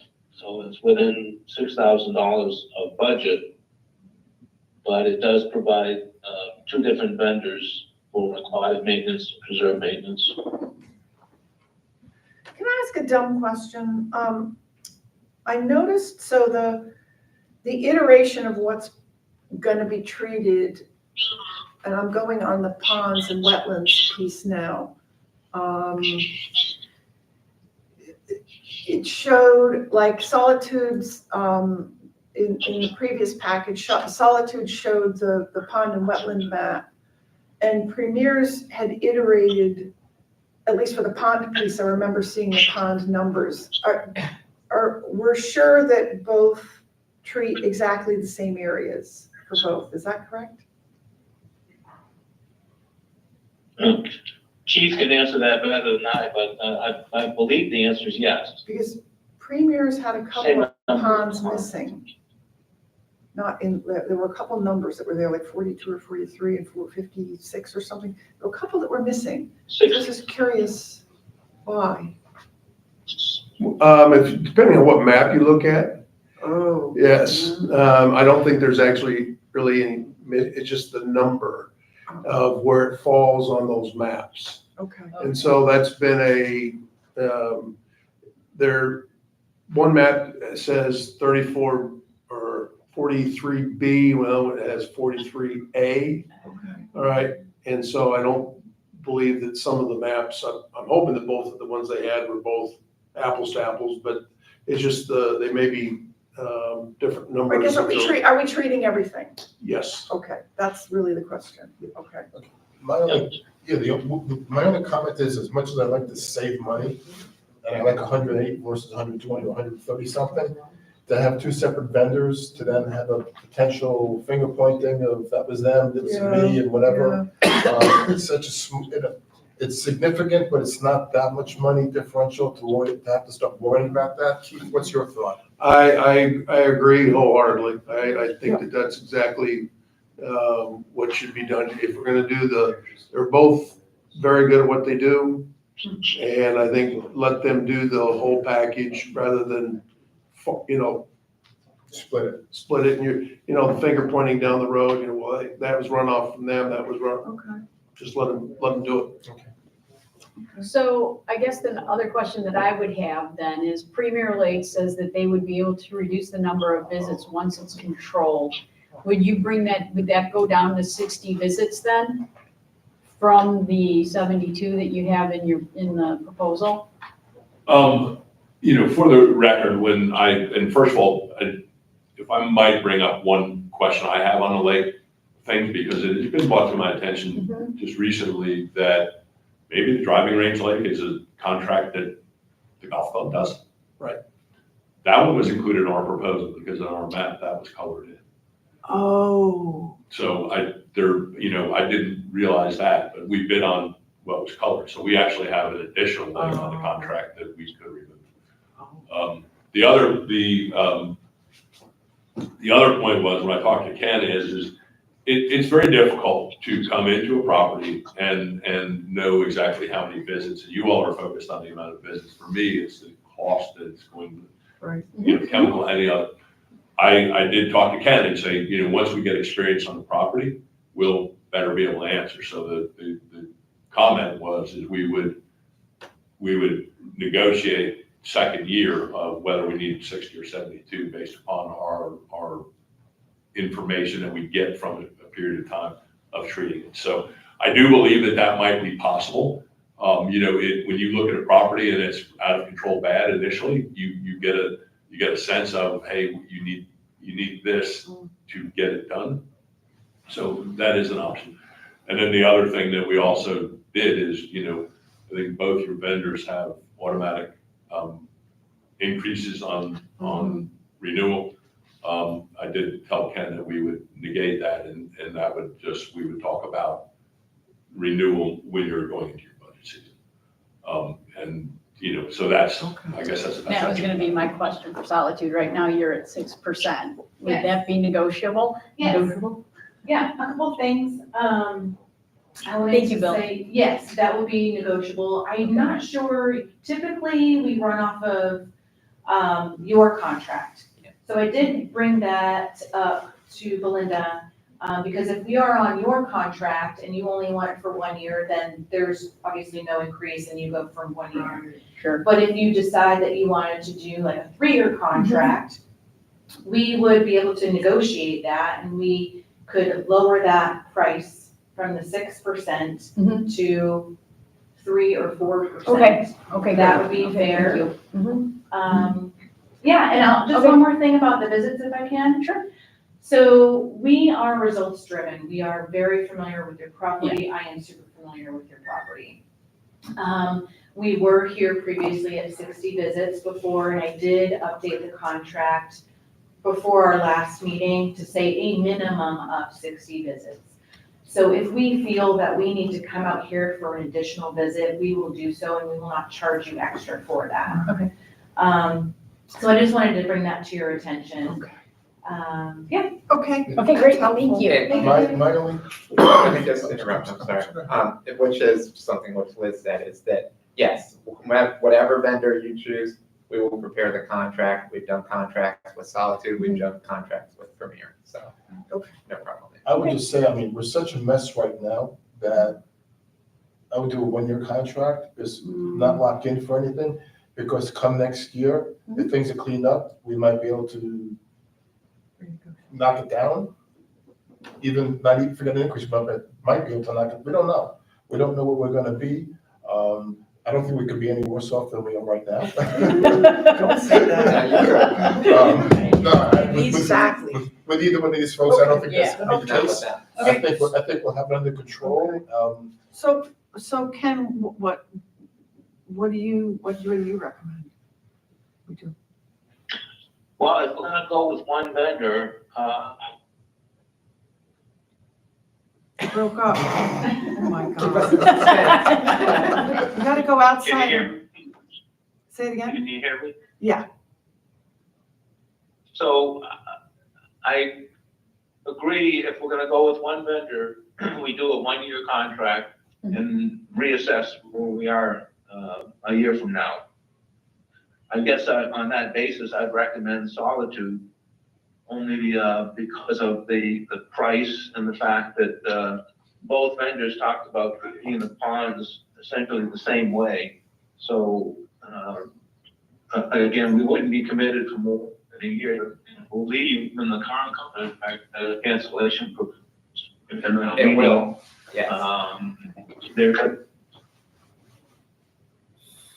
Bill, how much less would your That's what I was proposal gonna be ask. if we remove that lake? Or the pond? You know, I hadn't thought about it, but probably I would say about $3,000. So you'd, Okay. so you'd be about 130-ish. 130, yeah. 131-ish, yeah, Okay. okay, Okay, well, I okay, guess Ken, yours is the motion to make. yeah. Somebody wanna make? well, and then I'll make the motion that we appoint Solitude as our aquatics preserve and aerator maintenance company for the coming year. Subject to preparation of a contract by council and with authority for the Yes, chair of to course. execute. Goes without saying. Absolutely. I'll second that. Any discussion? Yeah, I like Premier only because of the 72 visits. I think it's such a mess right now. For the few extra dollars, I think the additional attention is well worth it. Especially when the residents come back down and the snowbirds come down and we go full up. And if this thing is not resolved, it's gonna be, talk about the noise that's gonna happen at that meeting. Yeah. I'm just trying to look, we always do, and I'm not saying that Solitude is bad or going cheap the way out, but we always look at things to be the cheapest. And sometimes that's not necessarily the best. I agree with you. I just $1 like, billion of real estate in here. so I'm not against Solitude, I'm just for 72 visits versus 60. And if we make 72 visits with Solitude, the price will be pretty much apples at that point. And I say, in both of them, very respectable, Yeah. without a doubt. Oh, absolutely. No disrespect to either one of them. They are both committing to getting it cleaned up. And we're talking short-term noise for $11,000, right? So short-term noise from the residents that are, so we who've been here have been living with this since this happened. I'm not saying that we should continue to live with it, but my opinion is $11,000 is a lot of money. They're both committed to getting it fixed. And we're talking short-term noise from the residents when the residents that are seasonal come back.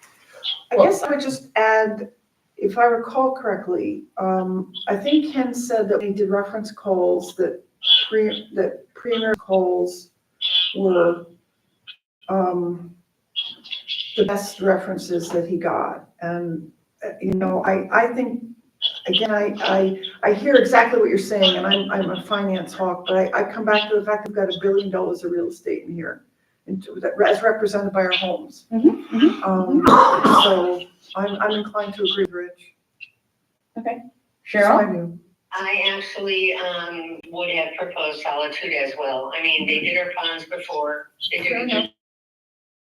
Both companies are committing Yes, to clean it up, 1-year contract. okay, I am comfortable with Solitude. okay. Well, yeah, all right, And then it's 1 year. okay. Well, so is Cross Creek. Yeah, I know. No, I hear you. And I hear you. And they committed to maintaining the pond, not either one of you I guys. was gonna say either one of It's you. not- no, I know. Apples I understood. and oranges, but it's, Or should we call it then? So let's just make sure we know what the motion is. So it was Ken's motion. Yes. Who seconded it? I did. Seconded by Cindy to proceed with Solitude for 1-year contract, subject to staff approval and authority for the chair to execute. Is that what we're all voting? That's what I heard. Okay, thank you. Well, yeah, and just, we continue discussion. I got positive feedback on both companies. There's no Yes. question in my mind that they're both, Yes, both capable of doing the job. I liked Premier from the beginning, and I was hoping that we could do better on the overall pricing. But at the same time, I have to look back and talk been here, had been here for a number of years and had always done a good job. But that So key, I guess I have no reason to, and what I'm hearing Liz say is the 60 visits was a minimum number and that, if it required additional visits, they would do them at no extra charge. I can but the write that project, in. but the project manager from Solitude is never Premier. Yeah, but he had been gone, Oh, for a long time, okay. he'd already been gone Oh, okay. for, you know. All right, okay. Because I know that you had mentioned that. Oh, yeah, no, he's one of the best, there's no doubt about it, but, you know, he'd been gone, actually being our project manager for almost 2 years before we switched. So we had other, capable, very Well, what capable. I also heard from Premier is there was no guarantee that we would get him back. There was some issue with a non-compete and Oh, that's right. he may not, we may get him back at some point, but when he himself felt comfortable coming back to our account. Well, I feel it's a tough one, because I think, I really appreciate how hard, both of you have. Yes. Oh, definitely, no question about that. 100%, yes. All right, so. All right. We ready to vote? I think so. Okay. So, all in favor? Aye. Aye. Cheryl, what was your vote? I, I'm no. I don't know. Okay, so it's successful 3-2. Yeah. Okay. Did you get that, Belinda? I got it. Okay, thank you. All righty, thank you. Thank you very much. Thank you. Thank you for your Thank you time. both for your time. Thank you, Bill. Thank you, Bill. Thank you, Thank appreciate it. Congratulations. Thank you. Yeah. Miss you guys. Ken, thanks for all the work on that. Yes, thank you. Ken, this is Andy. I'll work on the contract, but I'm gonna need, a good scope. Maybe it's, I don't know if it's through you, Keith, or Ken, that I can attach to the contract. Well, the proposals are pretty good. I don't have, Okay. I don't have all their proposals. So it's 11:20, does anybody need a? I could use a bio break. Yeah. Okay. Yeah. Okay, well, so I'm off the record at 11:22 and we'll be back at 11:30. Belinda, I'm gonna leave you online. Oh, now it's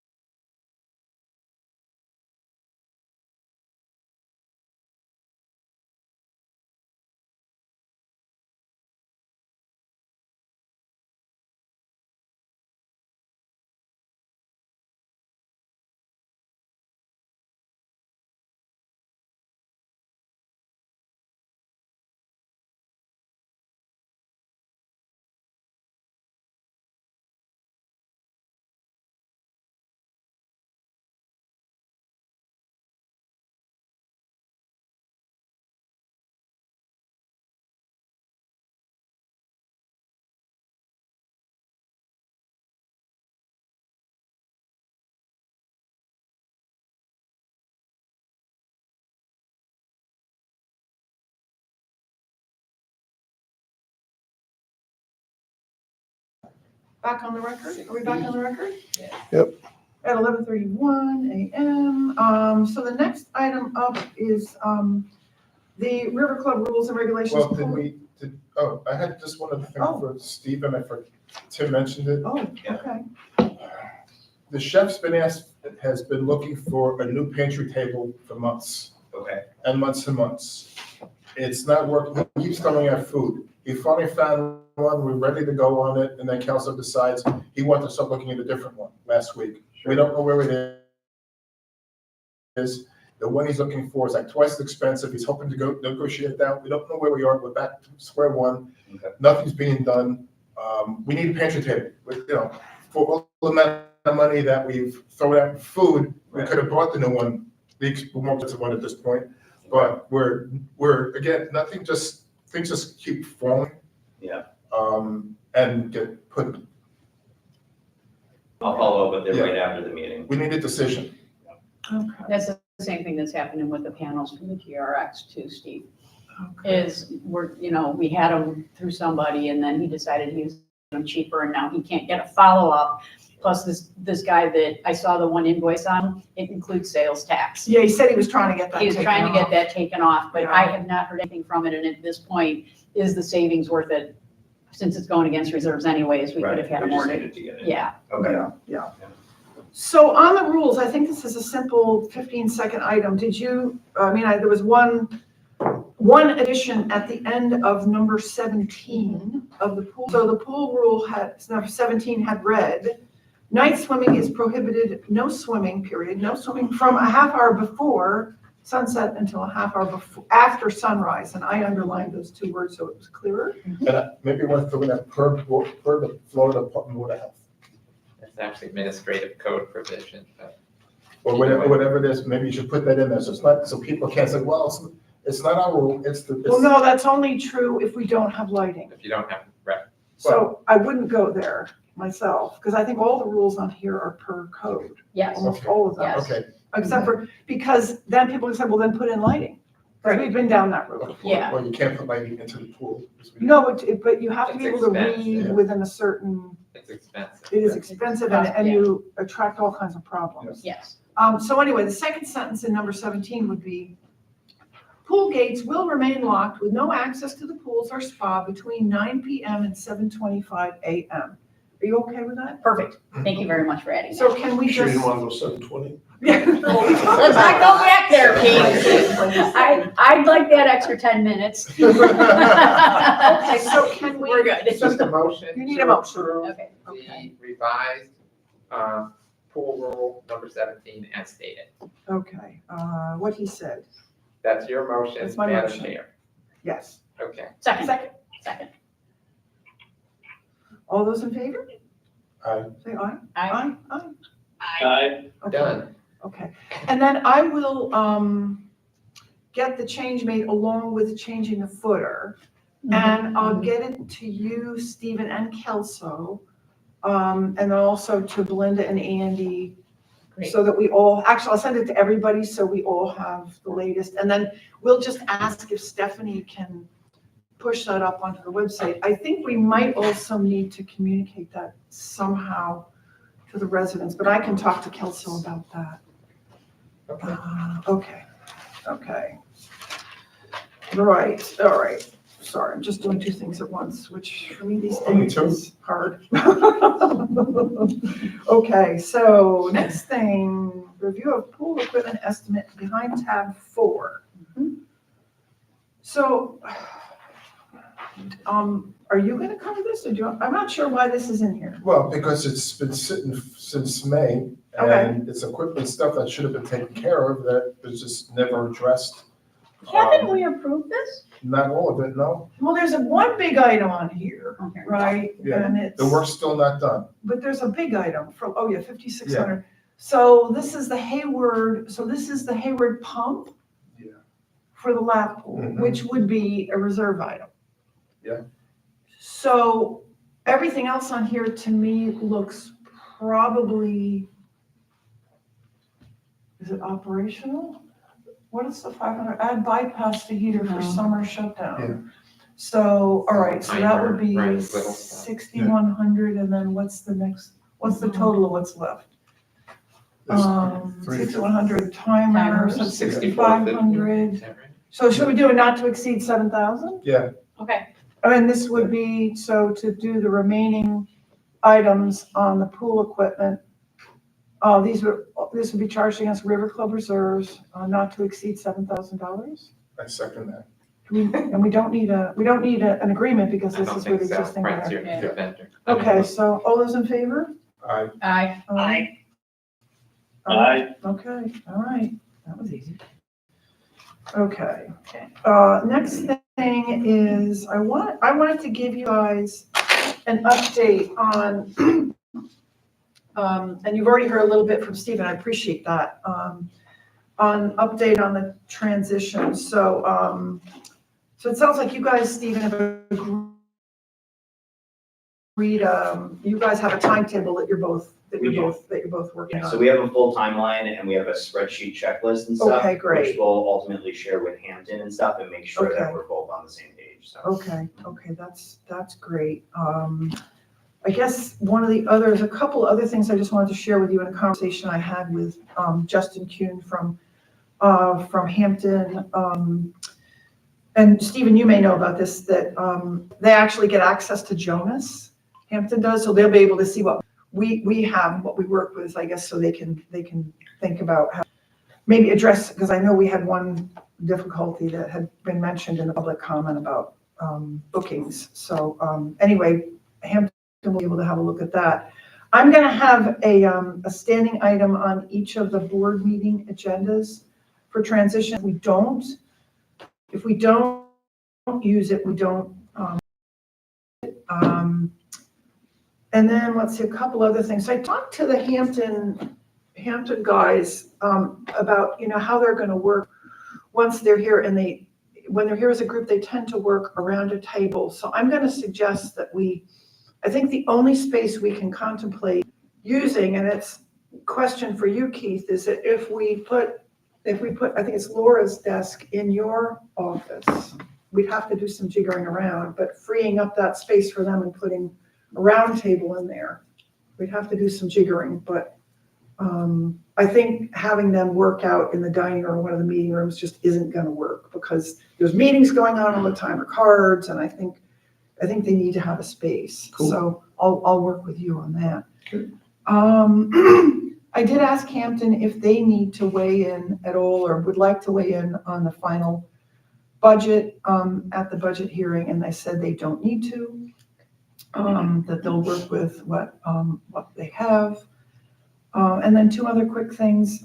Belinda and I had discussed having a meeting with the appropriate person or people on the Hampton transition team about some of the financial reporting and banking things, just to make sure everything is going to go smoothly. So I'll be working with, I'll be finding out from Justin what the times are they can do it, Belinda, and I'll get back to you and see what works for you and get something organized. And then finally, I think everybody on the board received an email from one of the members of the Finance Reserve Committee with some interesting suggestions, and one of them was the idea of a transition team from our side. And Andy and I talked about that a little bit, because there are some sunshine constraints, both because we wouldn't want to have more than one supervisor, but also that if the team were to be advisory in making a recommendation, then it would need to operate in the sunshine. So, I'm interested in your thoughts on that. I did ask Hampton what they thought about it, and they said they thought it was a great idea. So what do you all think about a transition team from our side? I think it's a good idea. I mean, we could always, we could have them listen, report back to us, so we can make the final decisions. This way they can all meet together. So they can just, rather than going to coming to us and saying, here's all the things, and we would recommend this, they get to say, here are all the things, and then let us recommend. But If they did purely fact finding, Yeah. then they would not need to meet in the sunshine. Yeah. But if Okay. they're going to either make a recommendation. If they're gonna make a recommendation, and that would include narrowing options, that's the way the Attorney General opinions read. So if they get a whole bunch of info and they throw it on the desk and go, here it is, okay, that's purely fact finding. They make a recommendation, or they decide that they're gonna cull some of the information and only give you part of it, they are in effect making a recommendation. So both of those things would trigger sunshine. Right. Because I think in my head, I think if, for example, I'm gonna take, rackets as an example, it might be easiest if Ethan has some questions about the courts or whatever, that they could go, directly to a contact, if that's Mark, and then Mark could talk to you. Right. Only. Right. And then, so the transition team itself wouldn't have to meet together, but it'd be, or they could, but it could equally be a group of people who are additional arms and legs for us as supervisors. We wouldn't want to have the resident, I don't think, dealing directly with Hampton, just so we don't get wires crossed, but I sort of like the idea of centers of expertise to ensure that something doesn't get dropped. Like, for example, with, understanding how, the property, the parking lots are going to be picked up and clean, or, whatever it is. I think there could be some value. And we don't have an answer now, but I wanted to just see what you all thought. I mean, at the very least, we could have the chairmen of the Exactly, committees, that's what I was thinking. or the chairman designate somebody in the committee to Yes. be the liaison to Right. Hampton or the transition team to work on that. Answer questions or whatever. Yeah, or certainly. ferret out information. What if they're looking for the plans for the courts? I know somebody Right. has it somewhere. Right, exactly. And yeah, I like the idea of having the chairman of each of the committees, because we've got contact with those people consistently. And we've Or got that. their designee, I totally agree. Yeah, Not a okay, separate I'm sorry, committee. yeah. I think that would just be a Me middle, too. yeah. So, okay, so we all agree this is a good thing. Then the question becomes, how we effectuate this, right? So do we just talk to our committee We talk to the chairs committees, and maybe we notify Hampton, maybe when they come in here, we have Hampton meet each one of the committee chair people for thank like an hour. And then Hampton can decide how much more they need after that, if there's additional And how much follow-ups. they want to engage. or- Yeah. Yeah, We have enough information, we need more, this, Yeah. we'll get back to you in 3 weeks when we have a better handle on stuff. Okay, But definitely just have some meetings set up Yeah. between the chairs and Hampton. yeah, I mean, I think the one thing I'll want to make sure, I think is the liaison, I should, obviously I can't be in the loop if it's something that you all are dealing with your committees, but at the same time, I don't either want to be a bottleneck or a miscommunicator. So I think as long as we sort of do it that way and we converge at each board meeting or workshop on what's happening, then I think it will work fine. Okay, so we all know what we'll just make it work. I thought it was a fabulous suggestion, Yes. so, so I thought that was good. So that is all I had on that. I talked to Justin later today, and I'm really happy that he's talking to you, Stephen. So I think that we're all on the same page on that one. Any questions on that? Oh. Okay. All right, next item is 6E, which is the strategic plan. So for Andy and Belinda, we did talk about feedback, and I think, did everybody get their feedback they can? I think I did. In our discussion. In our discussion, yeah, in our workshop. Yeah. So, Yeah. so we don't need to do any more on this. Do you need this on the next No, one? I'll draft some changes to the fact that it have. You're breaking up. Sorry, That's okay. I will edit some changes, get it back to the committee, the workshop, the work group rather, and then get it back to you guys. Okay, perfect. So, all right, so then you'll put it on the board whenever it needs to go on then. Okay. Yes. Cool. Thanks for all the work, and please thank them for all the work. As you know, I know, It is a lot of work. So. It was. They did a good job. They did do a They good did job. a very nice job. Very Okay, nice, so thank you. do we need to, did we deal with the painting of the Well, monuments? can't talk. Let's push that to the next meeting so we can pick a color or decide if we want to pick a color when Cheryl's back, so we have more of a That's right, consensus. Yeah. I forgot what we did with Yeah. that. It went right So, out of my yeah, head. so let's put that next month's, next agenda meeting. So that's and- item 6F, Yeah. next meeting. And then we could Okay. just also decide at that point if we want to, put, as we discussed, probably put into next year's budget. Okay, and when, all right, perfect. So you want me to get back with these guys and let them know that we're pushed back for another, Yeah. 2 weeks? Yeah, Okay. just to, and it'll probably start in the beginning of October or so, weather permitting. Good. And we'll also have a finalized color palette. Okay, so the next item is 6G, which is discussion and review regarding I- credit yeah, card usage. I put that up there. Okay, Yeah. Credit card usage is still very high, it's still costing us in the $30,000 range or more. We're now spending more time processing smaller amounts of charges because everybody's using the cards individually versus at the end of the month. So individual transaction fees are going up. It's also causing staff to spend more time processing a credit card back and forth and this and that. And so the ACH did not do what we wanted to do, and it did not save us the money. And, we were talking about $11,000, it was Yeah. $40,000. This was actually my concern when we decided that we were gonna let the members continue Well, to that's, use the that's credit what, cards, yeah. that's what I said Yeah. back in January. I Yeah, we said both peop- said I that, said yes, people are, people don't trust the system. right. People want points. So between those two things, people, human nature is human nature. Yeah.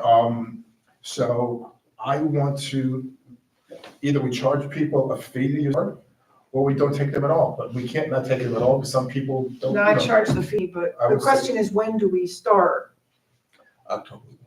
I was gonna say September 1. So, I don't know, Rich, that's kind of. for Ken and Cheryl, then Rich said October 1. September was a little too soon to get that implemented. Is it? I guess the only other thing, you could maybe make an argument, because October 1 it's like TikTok, it's right around the All right, corner. October, yeah. So we'd And have it's a- we'd have to start And communicating it's a like new fiscal, and it's a yesterday. new fiscal year and everything clean and everything starts at that point, as a whole. Okay. So my question for you is this then. Credit card fees, that includes the employees then as well? Because the employees currently charge their meals, even though they're like 50%, or however it's working right now for reimbursement. How big, Melissa, do you happen to know how much that is?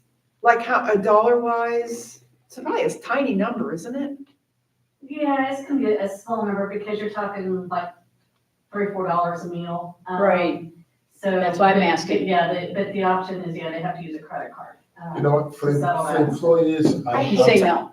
I would not, want just Yeah. unless clarification. that's overly complicated, but I don't want to hose the employees. I Okay, guess that's is why what I'm I would asking. say. I'm bringing it on the Yeah. table because, so we're Yeah. all open about it. Yeah. The employees will not have to pay the I fee. would say Okay. no. All right, I'm good with that. I'm perfectly And fine we with that. agreed to October So, 1st. Well, that's the question for you. What do you think? I think it makes sense, and actually, don't we have to reprogram, something in Jonas to charge that 3%? Yes. Okay. So it would make sense to do it within the contract and, And here's the other thing, it's costing us more than 4 right now, so is 3 enough? oh, no, maybe not, I mean, I just pulled that out since. Yeah, I know, 3 is standard, but we're running in the 4s. And I think 4 is good. I agree with what you said, though, Rich, this is an all or nothing kind of thing. Either there is no credit card use at the club at all and only member transactions occur, or it is with a fee. I mean, I don't think there's a middle ground there. I think we have to allow cards. Yeah, I think we have to allow cards too, if people want to do your card, they're paying a fee. I mean, the residents who don't eat here or do ACH, and do the right thing, should not have to subsidize the people who want the points. Ken's been trying to say something for a while. Ken, what were you trying to say? No, that's fine. Yeah, so we've just had the same discussion at the finance committee meeting. And we also agreed and recommend that we charge the fee. Question for Andy, if this is basically a reimbursement fee, does it have to go to a public hearing? Is No. it treated as a fee or just a reimbursement? If it's just a reimbursement, that's fine. Great. So, Okay. so we can approve it. So I make a motion. It's think more I- of an I operational also thing, agree too, that so. we should allow credit card usage and just make it a user fee. If they want to use it, Right. they get charged the 4%. Yeah, so I make a motion, we do October 1st, 4%. You use it, you use a card, you Second. pay, you use your card, you pay, you don't use a card, you do ACH, You're good. Excluding employees. excluding employees. Yeah, okay. Yeah, I'll second that. okay. Okay. And 4%. Yes. So the only question I would have there is anybody else in the world charging 4%? Or is everybody 3? I've only seen 3. I don't know, but we're That's getting, kind of what I'm but asking. we're like, getting, but right now, we're getting charged, we're being charged 4. Maybe Hampton has, what's this? What do you estimate what their credit card processor charges? I can ask that today. And find out what the average is, and if it's, but my motion is 3 or 4, depending upon what amending my motion, 3 to 4%, depending upon the response from Hampton. No, okay. Whatever's sufficient for reimbursement, because again, we're not trying to get No, money on no, it. No, I understood. I'm just trying to anticipate what the questions are gonna be. And so if we wanted to keep it 4%, just for argument's sake, we could say, that is what we're paying. We're paying more than that, Paying actually. for it, We're paying yeah. a little bit higher than 4, right? Unless it's a little higher than 4? So, Yeah, Visa seems to be running higher, okay. shockingly, because usually American Express is higher. Yeah. But I think over the last analysis I did, Visa is consistently being higher. Because we have more Visa charges than we have. I would like to get Hampton's feedback because I don't want it to be associated with them starting. All of a sudden, wow, the new management company put in, blah, blah, blah. So let me just see what So they you're say. saying 3 or 3 4%, or 4%. Okay. whatever And we can also- reimbursement Yeah, comes. and we could also say, we could take off the Hampton, we discussed this back in January when we went to ACH, and the anticipation was people would gravitate toward that, Right. but it's actually Well- backfired. Well, this is how, this can be dealt with through the communication Yes. to residents. So, Do you And we're want to gonna- wait until you talk to Hampton? yeah, it's kind of Are what you ready Rich to take Well, action today? Well, we're gonna do it October 1st, based upon, but it could be either 3 or 4% based Well, upon. let me make a suggestion. What if A, I talk to them, and B, I draft some communications? We still have a month to get the communications out if we discuss it at our meeting in 2 weeks. I mean, because we're not gonna take any other action between now and next week anyway. Other than just advising the community sooner, so they have more time to. But are you gonna be willing to delegate to me that communication, or do you want to see it? So that's part of I my, think, Jill, if I can interrupt you, please. the other thing I think we're gonna have to address is this is gonna cause so we're gonna charge 4% on top of the already 20% tip that people already don't like. Yeah. So now the tip is actually gonna be 21%. And I think that we need to be careful with this communication, and I would love Hampton's input. I would really, really, really Okay, like then to let's- get then let's hold off Hampton's. until- Let me talk to them. I will put together, and, because I think Cheryl is exactly on the right track there. It's gonna be, read and interpreted in a way that we may not anticipate. Okay. So I'll talk to them and get their advice on this, and then, we'll come back together on this at the next meeting. So agenda item for next Yeah, meeting? yeah, Okay. yeah. I'm gonna pull this over. Withdraw my motion. Okay, but I appreciate you bringing it up, Rich. So this will be 6H. Was somebody trying to say something? Okay.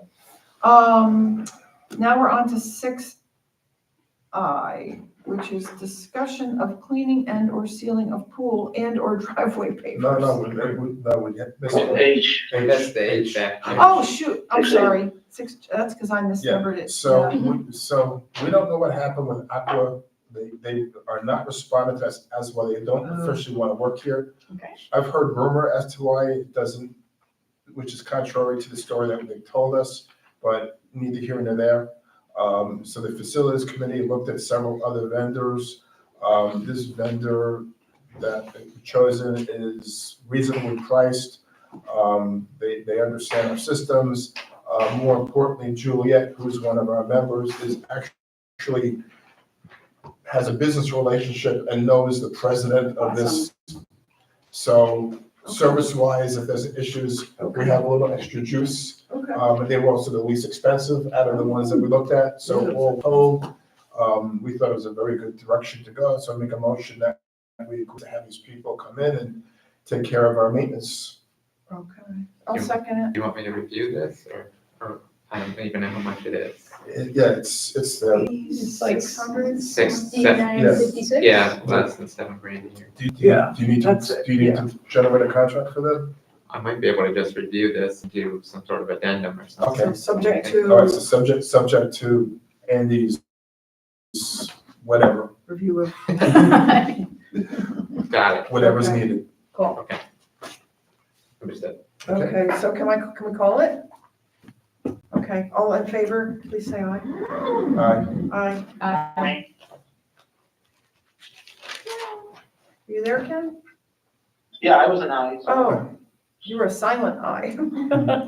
Well, I was an early aye. Oh, okay, that's good. It's better to be. Okay, so moving on then to 6I, which is paver thing. Did you put that on?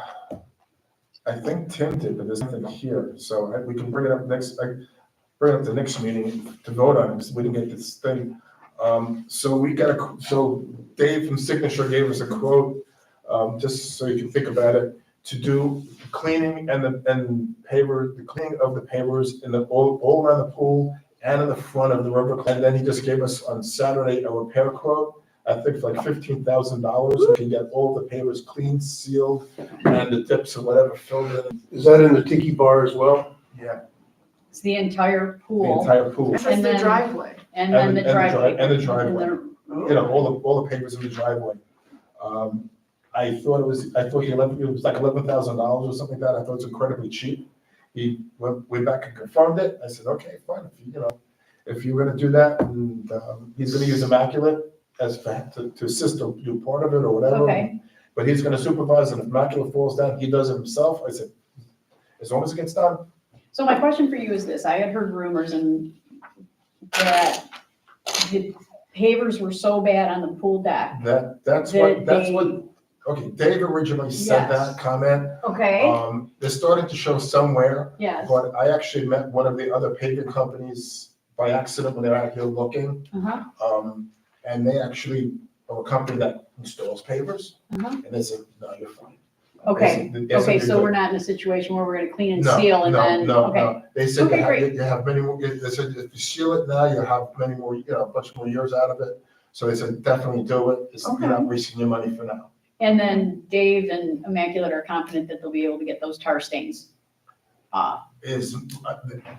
You can't guarantee stains coming out, but you try to do the best you can with Yeah. power washing Okay. and there's other types of, those stains are there so deep. And not so park long now. trucks there anymore. Yeah. Yeah, They're there they've been in there for so long now. I mean, if they were attacked immediately, there is actually, Yeah. like, kind of like a poultice kind of thing that they sell, you put on stone, Yeah. just the weather, and it helps pull out oils and grease. yeah, like kidding. Yeah. But, Okay. nothing was done. Okay, So so, I'll have All right, that, I'll have that for next meeting. yeah, please. We had money, in the reserves to do this last year, so this is well within our budget. Oh, for great. reserve. Yeah. Oh. No, actually, it's been in the budget for a couple of years, they just never pulled the trigger on it. Yeah, I think that's what Ken's saying. Yeah, Yeah, awesome, So, awesome, good news, so, Ken. So again, I think that's also something that we may do Okay, if we want to do this year, Okay. or we push to next year. I think we should just do it. Well, Fiscal. next fiscal, Got again, you wanna do it not rainy season, not Yeah. with too cramps, they're gonna have to close down parts of the pool, the parking lot, as they do some of these things. You know, that's in phases, because Yeah, it's gonna take about a week to do Okay. it, so you close it down in phases. I see, okay, okay.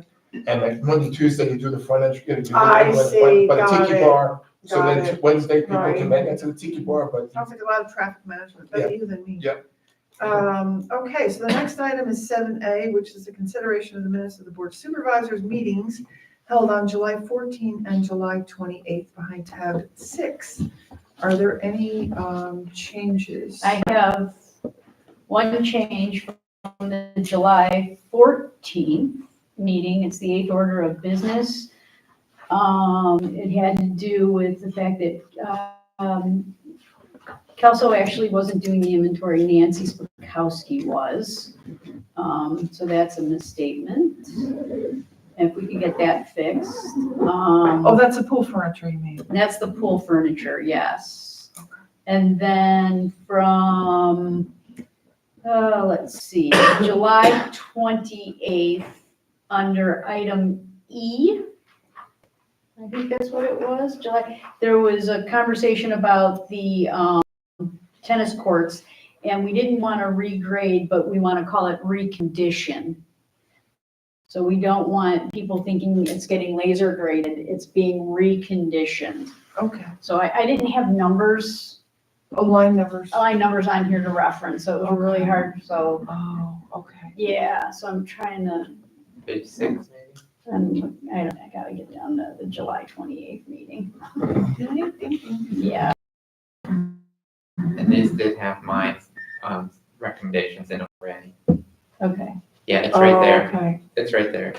Said they agreed to regrade all of the courts and redo lines, Yeah, it should be recondition. recondition. Yes, thank you. Okay, all right. Belinda, do you need me to do more on that, or you have that?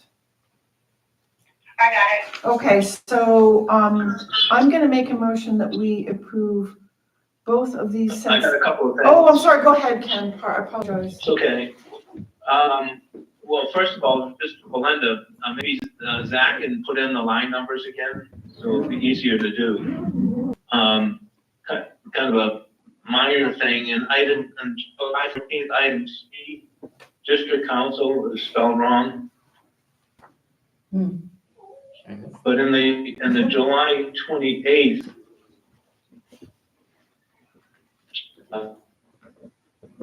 You're breaking up. 1C, I'm sorry, I'm trying to find it.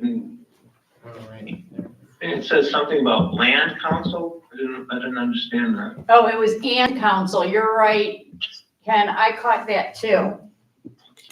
It should have, there was an L in front of the word and. Where was that? Yeah, just before D, in the paragraph that starts just before D. Mhm. Yeah, it says Ms. Neeser continued by inquiring land council about political attire.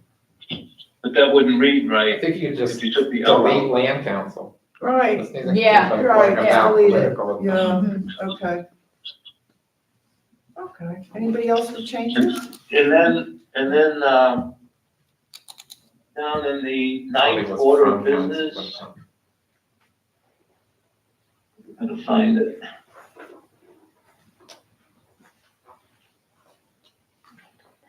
In the second paragraph, Mr. Goodman, second sentence, Mr. Goodman approved the paving of the road. It wants to, Oh. I'll tell you later down the road. Wants to work with the county. I'm not sure what was meant there. Future issues. Concerns regarding this road. Oh, I don't know. Show it to Rich. Yeah, where's this? Advisory committee. Maybe just take it out. Less is more. Do you know what that was about? We can just take that reference I would out. just take it out. Wait, deal with Just take that. the whole thing out. Conversation with the resident regarding his road. Yeah, I think we can take that Take out. the whole thing out. And I did just notice that the adjournment should be the 11th order of business, not the 16th. Oh, good point.